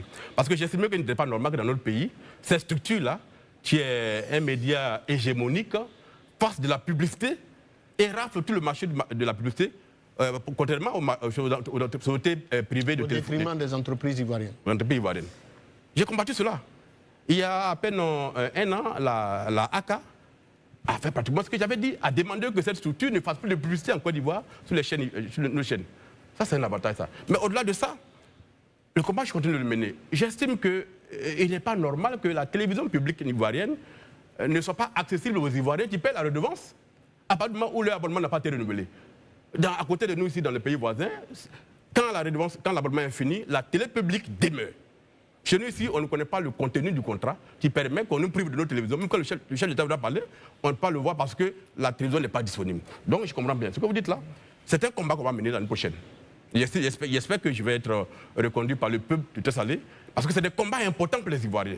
Il faut que les Ivoiriens sentent que leur gouvernement les protège, que leurs députés font le job pour que leurs droits soient respectés. Et cette structure-là, on l'attend un peu au tournant. Vous avez une relance? Oui, mais sans donner son nom. Non, c'est pas grave. Allez-y, Dr Barry. Non, s'il vous plaît, monsieur, s'il vous plaît. Dr Barry, vous avez la parole. Parce que c'est un combat qui me tient à cœur. Voilà. Et je vais maintenant vous poser une question sur la formation que vous avez initiée au niveau d'ADCI pour vos candidats. Où est-ce qu'on en est? Est-ce qu'il y a un bilan provisoire à faire? Alors, ce n'est pas une formation qui est destinée uniquement aux candidats ADCI, c'est une formation qui est destinée à tous les candidats, quel que soit leur bord politique. D'accord. En fait, c'est un partage d'expérience. Beaucoup de personnes sont pour la première fois candidates à cette élection-là. Ils ne connaissent pas l'environnement électoral, ils ne connaissent pas l'état d'esprit des autres candidats. Vous savez, les gens peuvent être de bonne foi pour faire une élection crédible. Mais il y a beaucoup de candidats qui sont de mauvaise foi, qui savent que leur poids sur le terrain n'est pas très grand, mais qui utilisent d'autres canaux pour frauder. Et donc, cette formation qu'on va faire samedi prochain, le 15, dans un hôtel ici à Abidjan, va permettre à ces candidats-là d'avoir des outils. Plus nous serons informés tous sur les conditions de l'élection, sur les lois qui encadrent l'élection. Il y en a qui ne savent même pas que la loi autorise un candidat à aller dans les bureaux de vote pour vérifier toutes les opérations de vote, le jour du vote. Il peut passer 10 fois, 20 fois, 30 fois, il a accès à cela. Mais vous avez des candidats qui pensent que c'est interdit, ils sont assis à la maison pendant que l'opération se passe, et c'est le soir, j'attends les retours alors que derrière eux. Il y en a qui ne savent même pas que les urnes ne peuvent pas quitter le bureau de vote tant que le résultat du bureau de vote n'a pas été officiellement et publiquement proclamé, y compris même affiché devant le bureau de vote. Beaucoup ne savent même pas ça. Donc on laisse les urnes partir, on n'a même pas les PV, et puis après on pense que les gens ont fraudé. Mais vous n'avez pas joué votre rôle. C'est tout ça que le samedi, on va étudier avec les autres et donner les outils pour contrôler l'élection le Gandhi Koué, vous avez la parole. Honorable, on sait le rôle et les avantages du député eu égard à la loi. Est-ce que vous pensez qu'aujourd'hui, dans notre droit positif, il faut encore donner plus de pouvoir aux députés avec ce qu'on a déjà et eu égard aux avantages que les députés ont avec les indemnités, les avantages au niveau de la santé, avec tout ce qu'ils peuvent faire par rapport à des véhicules au niveau importation. Est-ce que vous pensez qu'il faut réduire, il faut encore corser? En fait, quelle est votre position là-dessus? Non, en fait, le problème, ce n'est pas le niveau des avantages. Vous savez, le salaire est la contrepartie d'un travail effectué. Là où il y a le problème, c'est le travail que font les élus. Est-ce que, comparé aux avantages qu'ils reçoivent, est-ce que le travail qu'ils rendent pour les Ivoiriens est à la hauteur? C'est à ce niveau que la question doit se poser. Un autre acteur, justement, qui souhaite rentrer, qui est donc à la porte de l'hémicycle, estime, par exemple, qu'il faudrait réduire le salaire des députés, partager je lui souhaite beaucoup de courage, parce que c'est une loi. D'accord, mais dans le fond... C'est une loi qui a établi cela. Il va falloir qu'une autre loi... Dans le fond, par exemple, dans le fond, sur la question, est-ce qu'il faut réduire pour remettre la différence, par exemple, à des personnes, à des œuvres sociales, à des personnes qui n'ont pas de moyens? Enfin, je pense que c'est un peu ça l'idée. Les traitements des députés, en réalité, ce n'est pas le niveau qui pose problème. Parce qu'ici, on est dans un domaine où les élus, très souvent, sont des assistants sociaux. Des populations? Oui, des populations. Est-ce que vous savez que tous les députés, tous les maires, tous les présidents de conseils régionaux, chaque vendredi, ils dépensent en moyenne 300 à 500 000 francs. En faisant quoi? Les funérailles. Il faut assister les populations. Dans toute la circonscription, tous les décès, on vous envoie un courrier. C'est la réalité. Voilà. Et donc, aucun député... vous réagissez avec son salaire. Il y a la scolarité des populations. Est-ce que vous savez que jusqu'à ce jour, à cette heure-là, il y a des enfants qui ont été orientés en 6e, qui sont encore dans les villages. Et qu'il faut les accompagner pour qu'ils aillent à l'école. C'est les élus qui font ça. Donc tout ça participe à aider les populations. Le problème que moi je pose, c'est que les députés doivent jouer leur rôle. Sur le bulletin de paie des députés, il y a une prime qu'on appelle la prime de restitution. C'est un bulletin de paie chaque mois. Qui est de combien? Qui est de 500 000 francs. Qui dit clairement que le député doit aller restituer à la population tout le travail qu'il a abattu pendant un mois et pour lequel on donne une prime spéciale pour ça. Et c'est mensuel? C'est mensuel. Et donc ce travail doit être fait. Et c'est pour ça que je dis que le peuple doit contrôler ses élus. Pour que les élus jouent leur rôle et qu'ils fassent en sorte que, quand même on nous dit qu'on touche trop, que là, on dit effectivement qu'il faut un travail qui correspond au niveau de rémunération. Donc si on revient à votre cas, cette prime de restitution, vous l'utilisez pour faire ce que vous appelez... Ah oui, mais je peux vous dire, vous pouvez aller vérifier. Et c'est combien de fois par mois que vous le faites, la restitution des populations avec les 500 000? Non, il y a un problème de matérialité. Quand vous avez une circonscription qui fait, dont certaines zones sont à 70 km de département, vous pouvez parler chaque mois. On les fait par trimestre. Donc vous programmez. La prime est mensuelle. La prime est mensuelle. Mais vous les mettez ensemble pour faire par trimestre. Ça fait 1,5 million. Voilà, ça fait 1,5 million. Vous le faites par trimestre. Et donc on le fait ainsi. Mais au-delà de ça, cette prime peut servir à faire autre chose. Vous savez qu'aujourd'hui, chanter de construire une école, ça coûte 30 millions une école. Parce que les enfants marchent 7 km par jour pour aller à l'école. Donc 14 en aller-retour. Et donc j'ai décidé de construire une école en Saint-Cro. D'ailleurs, peut-être que je vais inviter... En tant que député, parce que la mairie n'arrive pas là-bas. La mairie, c'est 12 km. Le village dont je parle est à 75 km. C'est pas votre rôle. Comment? De base, c'est pas votre rôle. C'est pas le rôle du député. Mais vous ne pouvez pas être élu par une population et voir les enfants marcher pendant 14 km, chaque jour 14 km, et ne pas être ému par ça. Donc vous pouvez intervenir pour faire en sorte que cette souffrance cesse. Et donc on est en train de le faire. D'ailleurs, je voulais inviter une collègue que je ne nommerai pas ici à aller mettre les tôles sur cette école sur des consuls. Je vous l'ai dit tout à l'heure, concernant le rôle, est-ce que vous pensez qu'on doit encore corser le rôle qu'on donne aux députés? C'est-à-dire que est-ce que ça suffit avec déjà ce que vous avez comme rôle? Il faut encore... Non, la loi a tout prévu. On n'a pas à intensifier encore les fonctions. La loi a tout prévu. Et donc, la fonction doit être exercée. Effectivement, par les partis politiques. Donc il faut équilibrer un peu. La plupart du temps, vous n'êtes pas contrôlé. C'est le peuple qui contrôle son député. Mais il n'y a que seulement les élections.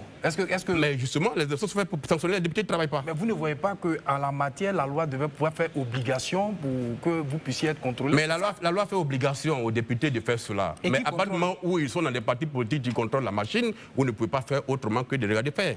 Très bien. Pas autre chose. Alors, il nous reste Voilà. 2 minutes, me dit donc la régie, pour terminer et aller au journal. Quel dernier mot, justement, à l'endroit de vos populations et comme vous êtes l'élu de la Côte d'Ivoire, à l'endroit donc de la nation ivoirienne? Ben, écoutez, moi, je veux juste lancer un appel à tous les Ivoiriens qui vont participer à cette élection-là, qu'on fasse en sorte qu'elle se passe dans la tranquillité, que les candidats puissent aller partout où ils veulent aller faire campagne, sans qu'on les empêche de faire campagne objectivement, que les conditions soient créées pour qu'elles soient transparentes, que les vaincus félicitent les vainqueurs et faire en sorte que les populations comprennent qu'un député est en réalité dans une république l'élu le plus important qui participe à garantir que sa vie s'améliore par rapport au travail du gouvernement. C'est ce message que je voulais lancer à tous les Ivoiriens. Merci infiniment. Alors justement, nous allons embrayer en seconde partie avec le cas précis de Bongouanou où le candidat FPI Dibi Kokora Bernard a été donc libéré après une audition par le procureur. Et puis vous devez le savoir, la Côte d'Ivoire décroche la 84e place avec 58 destinations sans visa sur 199 pays à suivre. En seconde partie, honorable, merci beaucoup. Et très bonne chance chez vous donc à Thiessalé pour les élections législatives. Merci beaucoup. À tout de suite pour la seconde partie. Merci.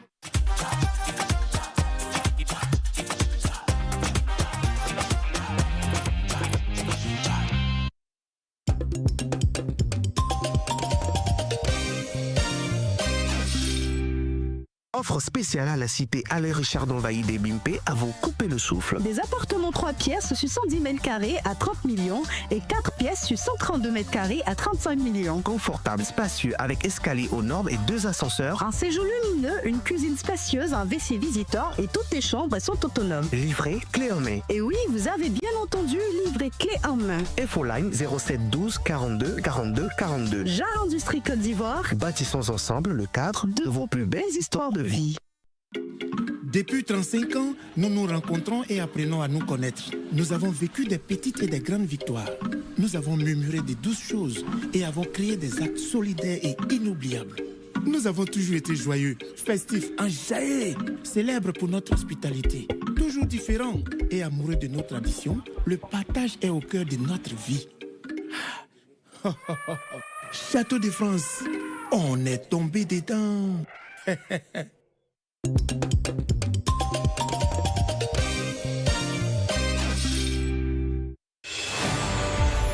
Angels in my life. Bienvenue dans Angels in my life. C'est le retour des anges, toujours prêts à donner en retour ce que la vie leur a offert. Et face à nos anges, de nouveaux entrepreneurs pleins d'espoir, qui tenteront de toucher leur cœur à travers leurs projets, mais surtout leur histoire, leur résilience et leur motivation. Ça dit, moi, je touche un peu de tout.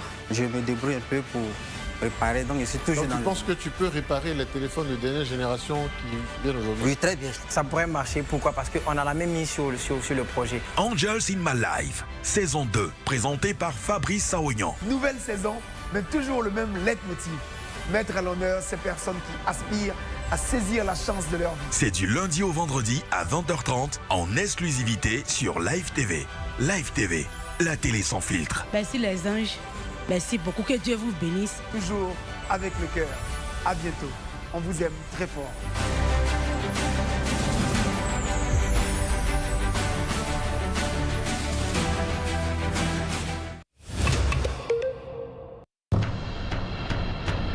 Ici, on ne commentera pas le match, on le jouera. Le coup d'envoi est donné dans Petit Poteau Politique.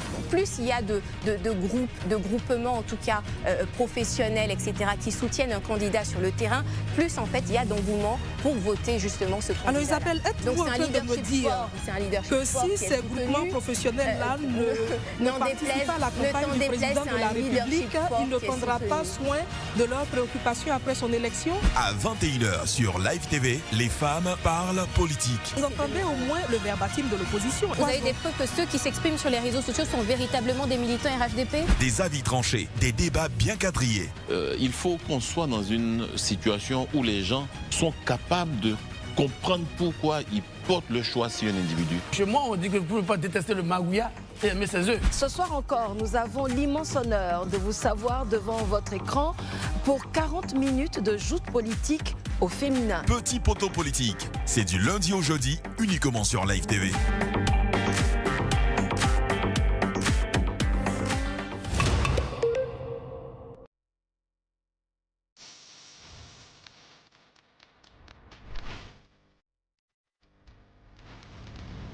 His Excellency President Nelson Mandela.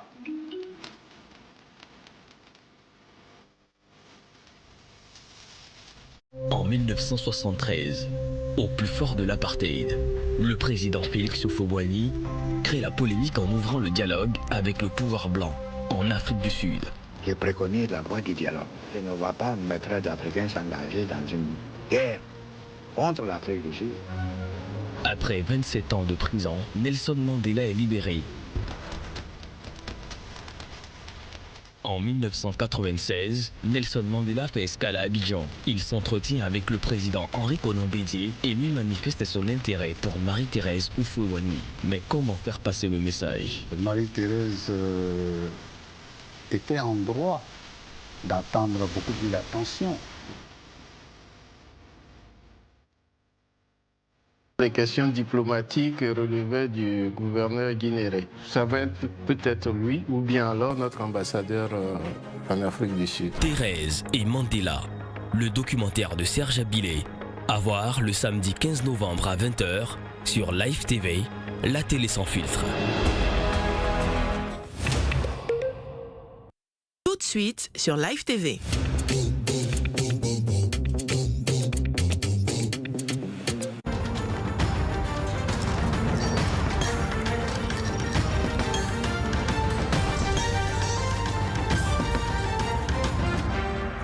Bonsoir à tous et à toutes, bienvenue dans votre édition d'information du mercredi 12 novembre 2025.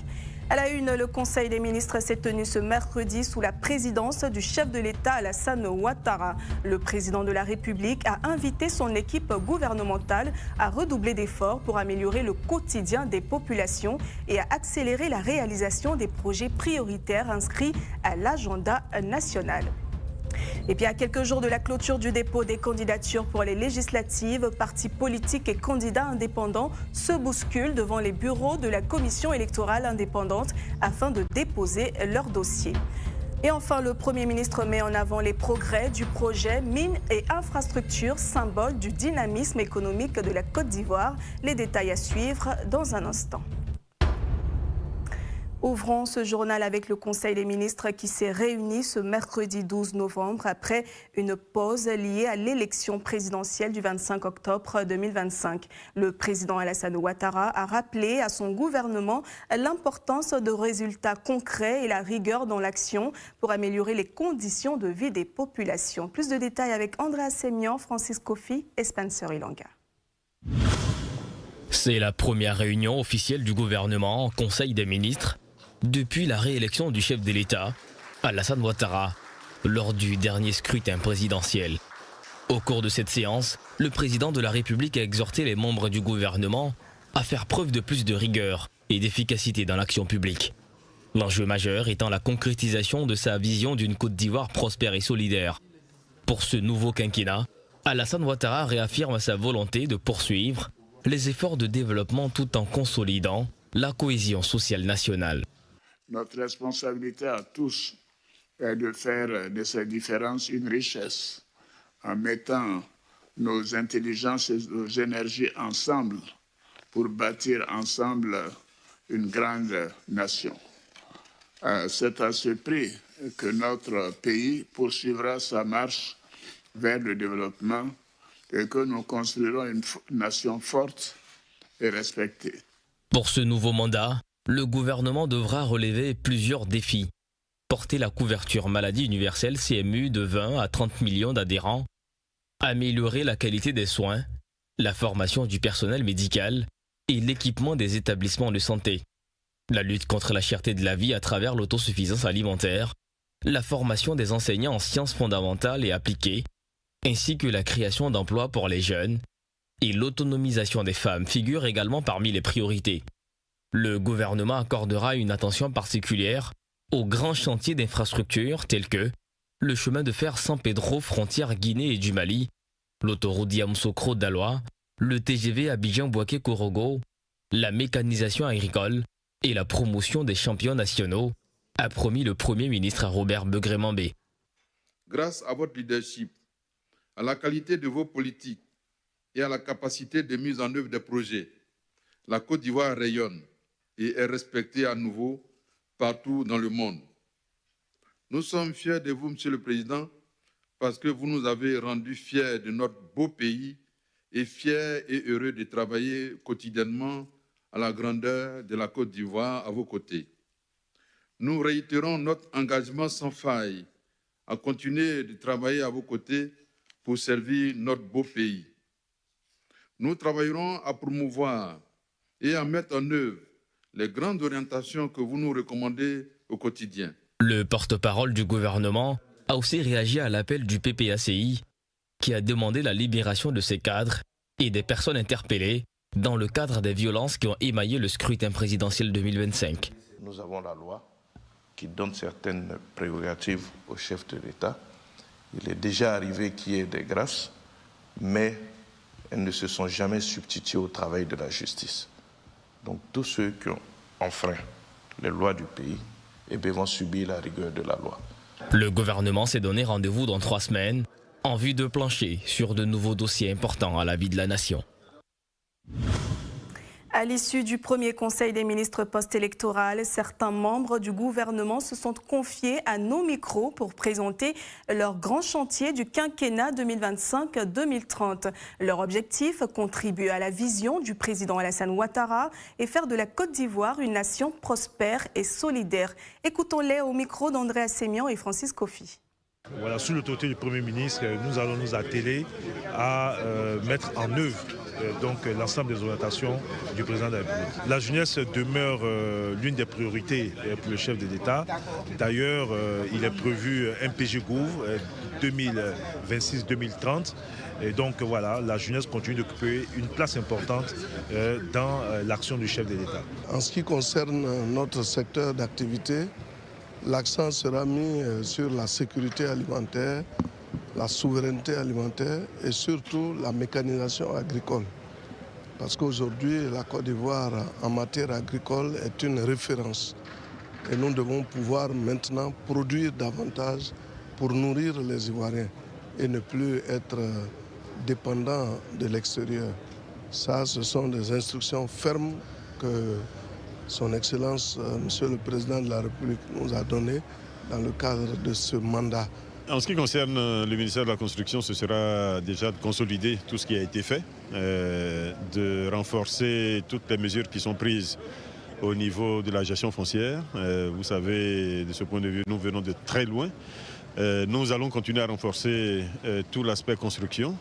Aujourd'hui, on peut le voir, il y a déjà beaucoup de sécurité. Il y a de moins en moins d'incidents dans le secteur. Et puis, la troisième chose qui est fortement attendue par nos populations, c'est la question du logement, sur laquelle nous allons là aussi mettre l'accent et nous espérons cette fois pouvoir satisfaire nos compatriotes. En politique, la course contre la montre est lancée pour les législatives 2025 à la Commission électorale indépendante d'Abidjan. L'effervescence est palpable. Les candidats s'activent pour déposer leur dossier à temps entre espoir et contraintes administratives. Tchelina Lebonsoro est allée à leur rencontre pour découvrir leurs ambitions et stratégies dans ce reportage commenté par Fabrice Indé. Il est 9h30 ce mercredi 12 novembre 2025 à Abidjan. L'arrière-cour de la commission électorale indépendante, transformée pour l'occasion en bureau d'enregistrement des candidatures aux législatives, grouille de postulants. Sous une bâche, Doria Kwaku, candidate dans la commune de Port-Boué, vérifie une dernière fois ses documents, entourée de ses suppléants. Elle affiche une attitude résolument confiante. C'est le dernier jour, on ne sait jamais, il peut y avoir un document qui n'est pas conforme, mais on s'est assuré à avoir la quasi-totalité de nos papiers, donc on se dit que ça va passer. Quelques instants plus tard, le moment tant attendu arrive. Les agents de la CEI examinent minutieusement les dossiers de Doria Kwaku et de El Hadj Hussein Tapili. Une fois les documents reçus, les deux jeunes candidats affichent leur optimisme. Eux se disent prêts à partir à la conquête du siège de la commune de Port-Boué. Disons que nous sommes très confiants pour notre victoire au soir du 27 à Port-Boué, car nous sommes d'abord des jeunes, mais des jeunes intellectuels compétents qui ont la capacité de pouvoir changer les choses. On n'est pas éternellement jeune, c'est un passage. Et il faudrait marquer ce passage-là positivement, à travers l'impact qu'on pourra apporter et le travail qu'on pourra faire pour le bien-être de nos populations. Sidoria Kwaku et son suppléant ont pu déposer leur dossier sans difficulté. Il n'en est pas de même au box 10. Aminou Yao, candidat aux législatives dans la circonscription de Tankese-Kokomian, et Ete Kwakro apprend qu'il lui manque certains documents. Malgré ce contretemps, il garde espoir et refuse de s'avouer vaincu. Depuis les 2 jours en arrière, voilà, nous sommes passés avec tous les dossiers pour qu'on contrôle. Et le service d'accueil a contrôlé. Malheureusement, aujourd'hui, nous venons pour le dépôt.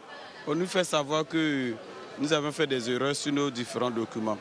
Donc, je pense qu'il faut prendre les dispositions et donner les informations comme elles se doivent. Les élections législatives ne suscitent pas seulement l'engouement des jeunes aspirants à la vie politique.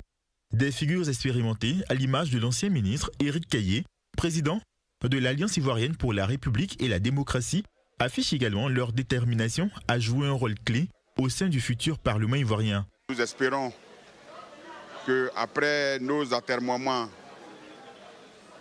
le peuple de Côte d'Ivoire saura donner à ces pays la possibilité de faire en sorte qu'il y ait une véritable séparation des pouvoirs et que l'exécutif soit contrôlé par le législatif. Et cela passe donc par la présence massive de l'opposition dans l'hémicycle. Et cette présence massive, elle est du pouvoir exclusif du peuple de Côte d'Ivoire. Ouvert depuis le 31 octobre, le dépôt des candidatures pour les prochaines élections législatives s'achève ce 12 novembre 2025. Pour être éligible, il faut être âgé d'au moins 25 ans, être ivoirien de naissance ou naturalisé depuis au moins 10 ans, figurer sur la liste électorale et n'avoir jamais renoncé à la nationalité ivoirienne. Par ailleurs, chaque candidat doit s'acquitter d'un droit de cautionnement fixé à 100 000 francs CFA. Les candidats dévoilent déjà leurs ambitions pour l'Assemblée nationale. Ils présentent les projets et priorités qu'ils souhaitent défendre une fois élus. Écoutons leurs premières déclarations et intentions pour le futur Parlement ivoirien. Ils sont toujours au micro de Tchelina Lebonsoro. Il n'y a que des jeunes pour pouvoir résoudre les problèmes des jeunes, tels que le problème de chômage, le problème de sous-emploi. Nous venons réellement pour parler au nom de la jeunesse et aussi nous allons prendre l'avis des jeunes pour pouvoir présenter ces avis-là au niveau du Parlement afin que ceux-ci trouvent une solution adéquate. Nous avons la 4CMU et la couverture maladie universelle dont aujourd'hui je pense que ce n'est pas bien traité. Donc une fois à l'Assemblée, d'abord je souhaiterais voter une loi afin que cette carte-là puisse être au moins améliorée afin que nos parents puissent avoir un soin gratuit réellement. Vous savez bien que notre département, qui est un département assez vaste, 180 000 habitants, 5 sous-préfectures, il y a 54 villages, il n'y a seulement que 6 villages qui sont communalisés. Il faudrait qu'on revoie une loi pour communaliser toutes les localités de Côte d'Ivoire parce que c'est là que le début du développement commence. Notre département, je vous ai donné la taille au niveau démographie, au niveau de l'étendue, tout ça, on a un seul siège de député. C'est des choses à corriger. Ça, pas plusieurs fois, j'ai interpellé le président de la CEU là-dessus et je ne manque pas de le faire. Au moins, nous pensons que nous méritons 2 ou 3 députés et nous allons travailler, faire porter nos voix par rapport à cela.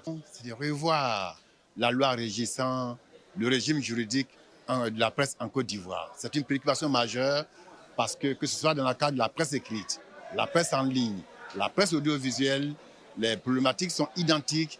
Et la loi sur le régime juridique est vraiment à améliorer. Donc je souhaiterais que quand même on ait une loi pour dire en cas de décès, que la femme soit mariée ou pas, qu'il y ait quand même une loi avec une subvention qui va accompagner et la mère qui est célibataire ou mariée après le décès bien sûr de son mari et les enfants qui vont à l'école pour ne pas que certains enfants soient laissés pour compte après le départ de l'un des parents.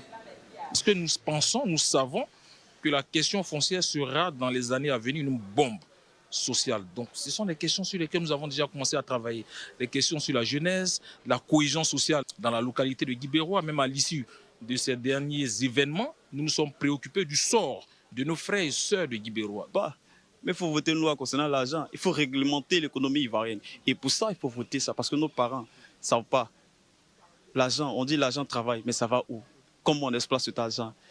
Comment nos populations souffrent et qui ne gagnent pas cet argent. Mais où va cet argent? Mais il faut voter une loi pour ça. Nous sommes le témoin de toute une génération qui se trouve aujourd'hui hors de Daloa dans la diaspora, en France, aux États-Unis, en Italie, des jeunes qui ont traversé le feu pour apporter de l'eau à leur population, pour apporter de l'eau à leurs parents, à cause de l'immigration clandestine. Et nous, on veut proposer des lois dans ce sens, pour que, en tant que jeunes, faire de cette cité une cité qui offre les opportunités à la jeunesse. Sur le plan économique, la Guinée attire toutes les attentions avec le lancement officiel du méga projet minier Simandou, un investissement de 15 ans visant à transformer ses richesses en moteur de développement durable. À Forêt-Caria, le Premier ministre ivoirien Robert Begré-Mambé a salué la coopération entre Abidjan et Conakry. Nous vous emmenons sur place pour découvrir comment ce projet illustre le succès du modèle économique guinéen et ses perspectives pour la sous-région. La République de Guinée amorce un nouveau pan de son développement minier. Le pays a lancé officiellement, le 11 novembre 2025, l'exploitation du méga projet intégré mine et infrastructure Simandou, un projet continental qui vise à transformer les immenses richesses minières du sous-sol guinéen en levier de développement durable. À Forêt-Caria, au port de Moribaya, plusieurs chefs d'État et de gouvernement étaient présents pour marquer l'importance de ce moment historique. Parmi eux, le Premier ministre ivoirien, Robert Begré-Mambé, représentant le président de la République, Alassane Ouattara. La Côte d'Ivoire est très riche en minerais et la présence ici, c'est d'abord d'apporter le soutien du président à ce grand projet et à l'amitié ivoiro-guinéenne, mais surtout de nous projeter dans une perspective où nous aussi, nous avons l'équivalent. Et c'est un modèle économique que nous allons établir pour configurer la solidité de notre économie par rapport aux minéraux et par rapport à l'industrie minière. Aux côtés du ministre des Mines, du Pétrole et de l'Énergie, Mamadou Sangafoura Koulibaly, le Premier ministre a également mis en avant la dimension fraternelle de cette coopération entre Abidjan et Conakry, fondée sur la proximité géographique et les ambitions communes de développement. Cette présence aussi voulait marquer la proximité avec le peuple guinéen et la consolidation de la coopération entre la Côte d'Ivoire et la Guinée. Le projet Simandou, l'un des plus vastes investissements miniers du continent, est conçu pour aller bien au-delà de l'exploitation du minerai de fer. Pour les 15 prochaines années, ce projet se veut multidimensionnel, touchant tous les secteurs clés de la vie de la nation. Là, c'est l'actualité internationale. Hors de nos frontières au Gabon, Sylvia Bongo et son fils Noureddine sont poursuivis pour détournement présumé de fonds publics. Et en Éthiopie, Addis Abeba a été choisi pour accueillir en 2027 la COP32, la grande conférence mondiale sur le climat. Mais pour l'heure, c'est le bras de fer entre le président Bassirou Diomaye Faye et son premier ministre Ousmane Sonko au Sénégal qui cristallise l'actualité dans la sous-région ouest-africaine. Tour d'horizon avec Aïcha Crépi et Yann Esbia. Au Sénégal, le bras de fer entre le président Bassirou Diomaye Faye et le Premier ministre Ousmane Sonko s'intensifie. Depuis la soirée du mardi 11 novembre, un duel politique oppose les deux hommes sur la question de la direction de la coalition. Chacun affirme publiquement sa position, principalement par des communiqués officiels, donnant le ton d'un affrontement ouvert. Dans les médias, les analyses se multiplient sur les conséquences de ce différend pour la capacité du président à gouverner sans Sonko. Au Gabon, le parquet a requis 20 ans de prison et 100 millions de francs CFA d'amende contre Sylvia Bongo et son fils Noureddine. Poursuivis pour des délits économiques, ils sont jugés par contumace, résidant actuellement à Londres. Procureur général près la cour d'appel de Libreville, ce procès vise à réparer ce qu'il qualifie de braquage de la République. Il a également demandé la confiscation de l'ensemble de leur avoir au profit de l'État, ainsi que le remboursement de 4,4 milliards de francs CFA, somme qu'il estime détournée par le duo mère-fils. Alors que les audiences se poursuivent, l'attention reste focalisée sur les richesses mobilisées par le couple et sur la manière dont le système judiciaire gabonais traite les personnalités de premier plan. La COP32, 32e conférence des parties des Nations Unies sur le climat, pourrait se tenir en 2027 à Addis Abeba, en Éthiopie. Ce sommet rassemble chaque année près de 200 pays pour négocier leur engagement contre le changement climatique. Le groupe Afrique a officiellement choisi Addis Abeba le 11 novembre à Belém, au Brésil, où se déroule la COP30. Si la décision est confirmée, l'Éthiopie deviendra le premier pays d'Afrique de l'Est à accueillir une COP, saluant son engagement environnemental, notamment à travers un vaste programme de reforestation. Pour le Premier ministre Abiy Ahmed, cette conférence sera l'occasion de montrer que l'Afrique peut être le continent des solutions face aux défis climatiques mondiaux. Et c'est la fin de cette édition. Merci de votre fidélité. Nous vous donnons rendez-vous demain à 12h45 pour l'édition de la mi-journée. Pour ma part, je vous retrouverai à 19h45, toujours avec le même et réel plaisir. En attendant, restez en compagnie du Grand Talk et de tous nos programmes sur Live TV.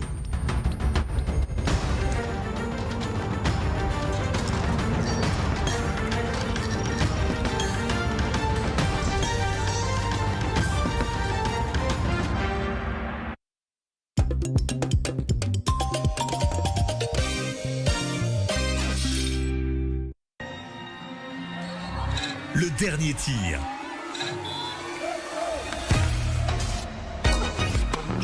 La balle de match. L'ultime lancé. C'est terminé? Pas encore. Melbet vous offre toujours une autre chance de gagner. Recevez 10% de cash avec Melbet. Que le spectacle continue. Interdit aux moins de 18 ans. Une nouvelle qui soulage. Désormais, les consultations, les bilans annuels et les médicaments des personnes souffrantes du diabète et de l'hypertension artérielle sont pris en charge par la CMU. Grâce à la CMU, vous ne paierez que 30% des soins de santé dans les centres de santé agréés et les pharmacies. Pour bénéficier de ces avantages, rendez-vous auprès des agents d'accueil installés dans les centres de santé. La liste des médicaments couverts est disponible sur le site www.ipscenam.ci ou appelez gratuitement le 800 00 900. La CMU, votre assurance santé.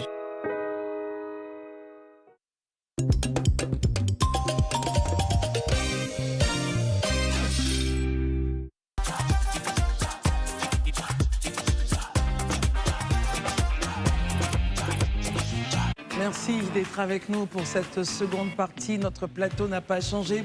Daouda Coulibaly, Marius Komoé, Dr Barry, Gandhi Koué sont toujours en notre compagnie. Deux sujets pour terminer notre émission de ce jour. Le premier, je vous invite donc à aller à Bongouanou où le candidat FPI Dibi Kokora Bernard, on se rappelle bien qu'il avait été désigné par le président de son parti, Pascal Affi-N'Guessan, à l'effet de le remplacer donc à cette législative-là. Il a été libéré après une audition par le procureur. Marius Komoé, plein de situations. De quoi s'agit-il concrètement? Alors, il faut tout simplement rappeler que... liberté sous contrôle judiciaire, pardon. Absolument. Alors, c'est depuis le vendredi 7 novembre 2025 que la brigade de gendarmerie de Bongouanou avait donc adressé à M. Dibi Kokora Bernard, qui a été choisi pour porter les couleurs du Front populaire ivoirien de M. Affi-N'Guessan, une convocation à l'effet donc de l'entendre sur des faits qui lui étaient reprochés. Qu'est-ce qui lui était reproché? Il lui était tout simplement reproché sa participation aux événements tragiques que le pays a connus lors de la présidentielle de 2025.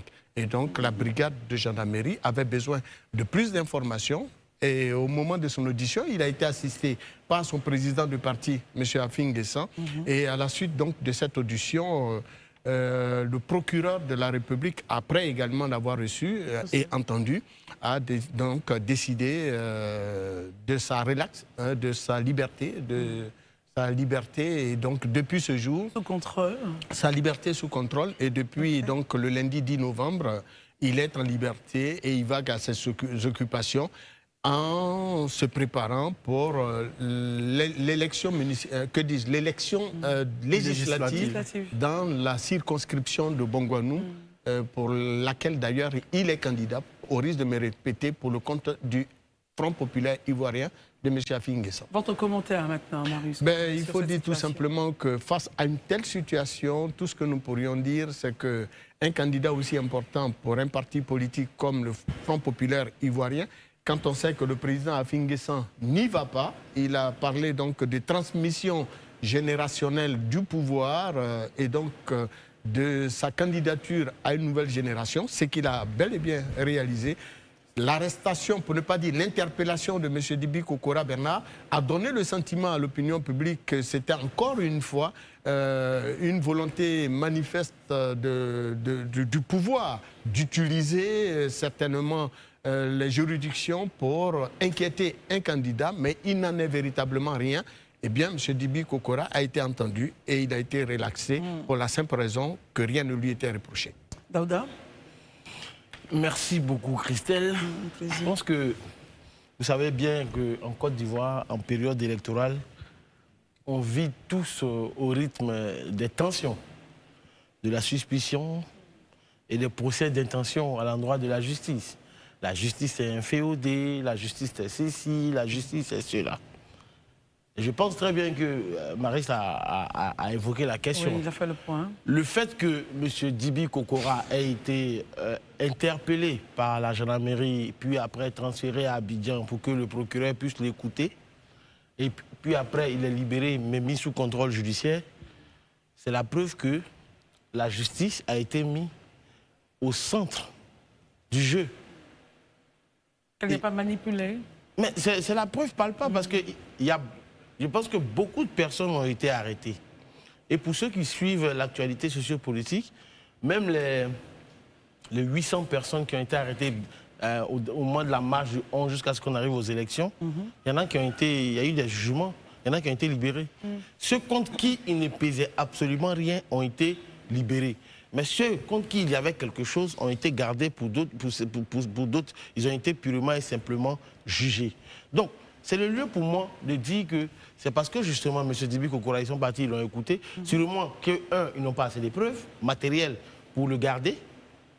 Deux, s'il y avait quelque chose, forcément, ils allaient partir comment on appelle ça, à une arrestation, voire comment on appelle ça, ils allaient mettre un mandat de dépôt. Mais il n'y a rien. Et s'il n'y a rien, la procédure au niveau judiciaire, ça a été respecté. Il a été libéré sous contrôle judiciaire. Et cela n'empêche pas M. Dibi Kokora d'aller porter sa candidature au niveau de Bongouanou. Donc pour moi, il est assez clair. Il faut que aujourd'hui les Ivoiriens apprennent à faire confiance à nos institutions. Tout n'est pas politique. Parce que ce qui tue notre système en Côte d'Ivoire, c'est que tout acte qui est posé, on a l'impression que il y a le chapeau politique qui est là. Or, tout n'est pas politique. Même si la politique s'intéresse à tout. À tout. Voilà. Docteur Barry, est-ce que vous avez le même axe de regard que Daouda, où vous dites, attention, il est candidat, il remplace Afidan Nguessan, président du FPI. C'est une candidature assez complexe qu'il aura à gérer à Bongouanou. C'est politique. Votre point de vue? Bon, Christelle, vous savez que moi, je n'ai pas l'habitude de commenter les décisions de justice. Je fais confiance à la justice et je me dis que la procédure suit son cours normal. S'il n'y a rien à retenir contre M. Kokora, il peut rentrer chez lui. Et je pense que c'est ce qui a été fait. Je salue le fait qu'il ait quand même pu bénéficier de cette libération-là pour pouvoir compétir.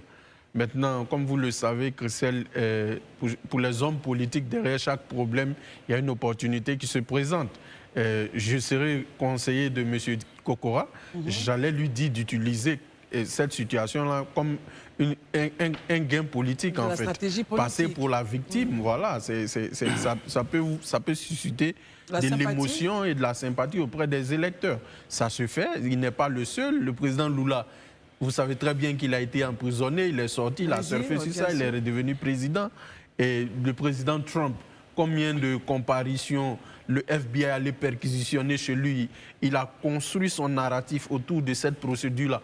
On veut m'empêcher d'être président parce que je suis celui qu'il faut, je suis ceci, je suis cela. C'est de la stratégie politique pour moi. Et il a le droit de profiter de ça pour tirer son épingle du jeu. C'est aussi simple que ça. Gandiko, est-ce que vous irez dans ce même axe d'observation? Non, Christelle, moi, je ne partage pas en fait ce axe. Pourquoi? Vous savez, M. Kokora Dibi, comme on le dit, il a été interpellé suite à l'annonce qu'il a faite pour dire qu'il était candidat à la succession d'Afin Nguessan. Parce que je suis persuadé que dans ce pays, si j'ai suivi les événements, on va l'écouter. Voilà. Il s'est déclaré candidat aux législatives. Et que ça soit une coïncidence ou pas, c'est après que ça, Bien sûr que moi, je pense. Vous voyez, il y a ce qu'on appelle le jugement d'opportunité quand nous sommes en société. La justice vit en société avec nous. Si est-ce qu'on doit interpeller quelqu'un, il y a une telle coïncidence, je pense qu'on peut pouvoir le faire. Il n'y a pas de problème. C'est tout à fait normal. La justice a joué son rôle. Mais je dis que quand on est dans un pays et que quelqu'un se déclare candidat et que c'est suite à ça qu'il est arrêté, même si on doit l'écouter, ça crée déjà un hic. Voilà. Moi, c'est ce que je veux dire.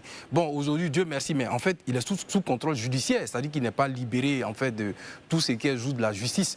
C'est bien bon, il a été libéré, mais déjà, je pense que ce n'est pas un climat vraiment de paix pour ceux qui sont candidats. Et malheureusement, en Afrique, très souvent, les candidats à certaines élections, c'est-à-dire que par rapport au pouvoir, on veut... Moi, j'appelle ça souvent de l'intimidation. Et pour moi, ça n'a pas droit de citer, ce n'était pas vraiment opportun. Voilà. Alors, tel que libellé, on nous fait dire que, justement, il y avait donc des suspicions sur sa participation à ces événements. Oui, mais tout à l'heure, vous l'avez dit, des suspicions, c'est normal. En fait, mais je dis, quand on dit des suspicions, il y a des suspicions parce qu'il s'est déclaré candidat. Moi, je ne suis pas en train de dire... C'est automatiquement qu'il s'est déclaré candidat, mais justement, c'est ce qui est... C'est un fait. Voici que le président Pascal Affi-N'Guessan décide de ne plus être candidat. Après, il y a son président de... Il faut rappeler que Kokora est président du Front populaire, le vice-président du Front populaire ivoirien dans la région du Mouroun. Il est déclaré candidat pour pouvoir succéder à Affi-N'Guessan et c'est là qu'il est interpellé. Très bien. Voilà. Donc même si c'est une coïncidence, qu'elle soit heureuse ou malheureuse, mais je pense que pour moi, c'est une intimidation. Parce qu'aujourd'hui, on apprécie selon là où on se retrouve. Pour les militants de son parti, c'est une intimidation. Pour ceux d'en face, c'est tout à fait normal. Alors que pour moi, aujourd'hui, avec les événements qui ont eu lieu, il n'était pas, comme on l'a dit, il n'était pas chez lui. Les événements ont eu lieu là-bas, il n'a rien à voir, c'est ce qu'il a dit. Bon, heureusement qu'il a été libéré, mais il est tout sous contrôle judiciaire. Moi, cette manière de faire, il faut l'arrêter. Très bien. Marius, comment est? Alors, il faut beaucoup faire attention. Il faut faire pleinement attention. Parce que dans mon narratif, j'ai été assez clair. M. Kokora, et vous l'avez si bien rappelé, M. Kokora a été bel et bien interpellé pour de suspicions liées justement à son implication dans les événements qui ont secoué la Côte d'Ivoire lors de la présidentielle. Donc, qu'il ait été candidat ou pas, pour vous, cela ne fait pas... Non, ça n'a rien à voir. Pourquoi pas Saleh Tieboko que nous avons reçu, qui lui également est candidat? Pourquoi pas un autre député, enfin un autre candidat qui se veut député sur l'ensemble du territoire national? Et non, ça n'a rien à voir. Ce n'est pas parce qu'un citoyen en Côte d'Ivoire se porte candidat dans une région qu'il va être interpellé par les services de gendarmerie, au point que le procureur de la République... Non, ça ne fonctionne pas comme ça. Quoi qu'il en soit, rappelons-le tout simplement. La justice, que dis-je, la police, la gendarmerie l'a interpellé, l'a auditionné, l'a transféré au parquet. Le parquet l'a écouté, l'a auditionné et a compris qu'il n'était coupable ou il n'y a pas de fait susceptible d'attester de sa culpabilité dans les événements. Ils ont jugé de le mettre en liberté parce que dès lors qu'on vous met en liberté, dès lors qu'on se rend compte que votre culpabilité n'est pas établie, eh bien, on a l'obligation, la justice a l'obligation de vous mettre en liberté et c'est ce qui a été fait. D'ailleurs, il a été auditionné en présence de M. Affi-N'Guessan. Et vous connaissez bien M. Affi-N'Guessan, qui est un ami des médias. Il ne manquerait pas de relever au niveau public, si d'ordinaire il avait fait des constats justement sur des questions de vice de procédure. Le RPI, ce n'est pas n'importe quel parti, c'est un parti structuré avec un leader qui est régulièrement au contact avec les médias et qui pour un oui et pour un non fait des communications. Donc je voulais vraiment relever cet état de fait et qu'on ne fasse pas d'amalgame qui pourrait naturellement démontrer ou donnerait le sentiment que notre justice utilise ses pouvoirs au service d'intérêts aux politiques. Daouda, on termine sur ce point. Merci beaucoup. Tu sais, Christelle, nous sommes tous justifiables devant la loi. Et généralement, nous autres leaders d'opinion, nous avons tendance à placer les hommes politiques à un niveau où on a comme l'impression qu'ils sont au-dessus de la loi. Ce qui fait que pratiquement chaque 5 ans, quand il y a élection, ils posent des actions, ils disent des choses qui sont répréhensibles. Mais après, c'est nous autres encore, leaders d'opinion, qui venons après pour juger. Tout à l'heure, Barry disait que s'il était un griffe spin doctor pour emprunter le propos de quelqu'un, il allait lui dire, utilise l'envers politique de la situation. Tout n'est pas politique. Tout n'est pas politique. C'est vrai que la politique s'intéresse à tout, mais si la justice estime que M. Barry a posé des actes à Yopougon ou bien à Bobo et qu'il a des doutes sur Barry, même si Barry dit qu'il va être candidat, mais la justice va aller l'interpeller pour lui poser des questions. Donc arrêtons de mettre les hommes politiques au-dessus de tous. Ils ne peuvent pas nous faire voter, ils ne peuvent pas aller à l'hémicycle voter des lois et se soustraire à ces lois-là. Le 10 ans, M. Gandhi, franchement, c'est un raccourci qui est trop simple d'esprit. Mais vous savez qu'il est sous contrôle judiciaire? Vous savez au moins... Vous ne nous informez pas. Non, mais parce que je suis étonné quand même en fait, de la réaction. Vous avez fini de parler, je pense. C'est vous qui décidez quand je finis? Non, mais c'est la chronique. Tu décides quand je finis ou quand je peux terminer? Et puis il aura la parole. Voilà. Ensuite, au docteur Barry. On ne nous informe de rien. Je pense que Marius l'a si bien dit, il est sous contrôle judiciaire. Je l'ai dit, il est sous contrôle judiciaire. Monsieur Gikawi a été sous contrôle judiciaire, ça ne l'a pas empêché d'être député de la nation dans le Gord. Très bien.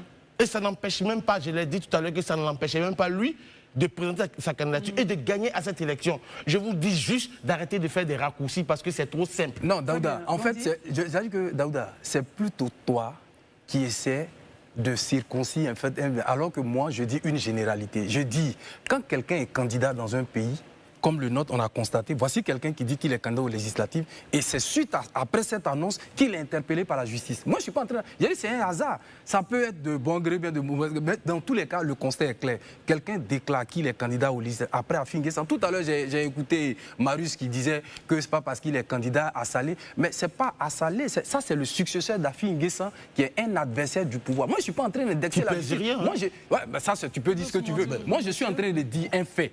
Quelqu'un a dit qu'il est candidat aux législatives. Suite à ça, il a été interpellé. C'est-à-dire qu'on peut apprécier selon là où on se retrouve, mais au moins c'est un fait. Voilà. J'aime bien ça chez toi. À la suite de ça, je constate malheureusement, comme lui le disait tout à l'heure, la justice, mais il est sous contrôle judiciaire. Quand il est sous contrôle judiciaire, ça veut dire qu'il y a encore des choses pour qu'on puisse rester. C'est malheureux. Merci, messieurs. Docteur Barry. Bravo pour le rétropédalage subtil. Oh, ben c'est toi qui vois. Messieurs, c'est le Barry qui a la parole. Bon, écoutez, Christelle, moi je pense que, comme je l'ai dit, je me garderai de commenter les décisions judiciaires parce qu'on n'a pas tous les éléments. Peut-être que l'enquête se poursuit. Pour le moment, on n'a pas d'éléments pour l'inculper, donc on lui dit allez-y à la maison, monsieur, mais la procédure continue. On n'a pas d'éléments pour vous garder, mais vous êtes sous contrôle judiciaire. Exactement. Maintenant, l'essentiel, est-ce que la mise sous contrôle judiciaire l'empêche de compétir? Non. La réponse est non. Non. Est-ce que ça peut lui empêcher de gagner les élections? La réponse est aussi non. Les élections, il va les gagner avec ses compétences sur le terrain. Maintenant, moi, j'ai dit que si j'étais son conseil, j'allais faire de la politique avec lui. Un homme politique, il n'y a jamais du hasard dans sa vie. Derrière chaque problème auquel il fait face, il y a une opportunité qui s'ouvre. C'est à lui de saisir cette opportunité. Donc, M. Kokora peut saisir son opportunité, se poser en victime de quelque chose pour rassembler le plus d'électeurs à Bongouanou et se faire élire député. Son objectif, c'est d'être député. Comment il va le faire? Il ne tue pas quelqu'un, il travaille sa communication et sa stratégie. Marius, on termine avec vous. Alors, vous l'avez si bien dit, Barry. Alors, c'est très clair. Être sous contrôle judiciaire n'est pas c'est pas nouveau dans notre système judiciaire. Un individu qui a été interpellé par rapport à un événement bien précis pour des raisons que la justice juge crédibles pour pouvoir naturellement l'entendre, peut être mis sous contrôle judiciaire, ne serait-ce que dans le cadre de la poursuite des enquêtes. S'il y a des éléments nouveaux qui interviennent et qui oblige la justice à aller le chercher, eh bien, la justice va le chercher. Et donc, on le place sous contrôle judiciaire, non seulement pour ne pas qu'il sorte, par exemple, du territoire national, ou qu'il fasse ceci, qu'il fasse cela. Et ça, c'est le juge, c'est le magistrat. Et là, c'est le procureur de la République qui fixe les conditions. Mais cela ne l'empêche pas d'être candidat et d'être éligible, et de battre campagne et d'être élu à la tête de sa circonscription. Très bien, je voudrais donc rappeler à tous que la commission électorale a mis fin à 20h aujourd'hui, 12 novembre, à la réception des dossiers de candidature pour les législatives 2025. Ça sera principalement le 27 décembre. Donc nous aurons forcément la liste des candidats par parti politique et on se fera un plaisir donc de regarder les différents positionnements de façon géopolitique. Merci de nous avoir suivis, docteur Barry, Gandhi Koué, Daouda Coulibaly, Marius Komoué. Mais surtout, merci à vous de votre fidélité à ce programme. Par la grâce de Dieu, on se retrouvera demain. D'ici là, les programmes continuent sur Live TV avec Petit Poteau Politique, Pascal Souquier, Isabelle Vauvor et Marie-Gisèle Nguessan. Et juste après, vous aurez le vrai match avec Brésil et Kevin. À demain et que Dieu nous garde.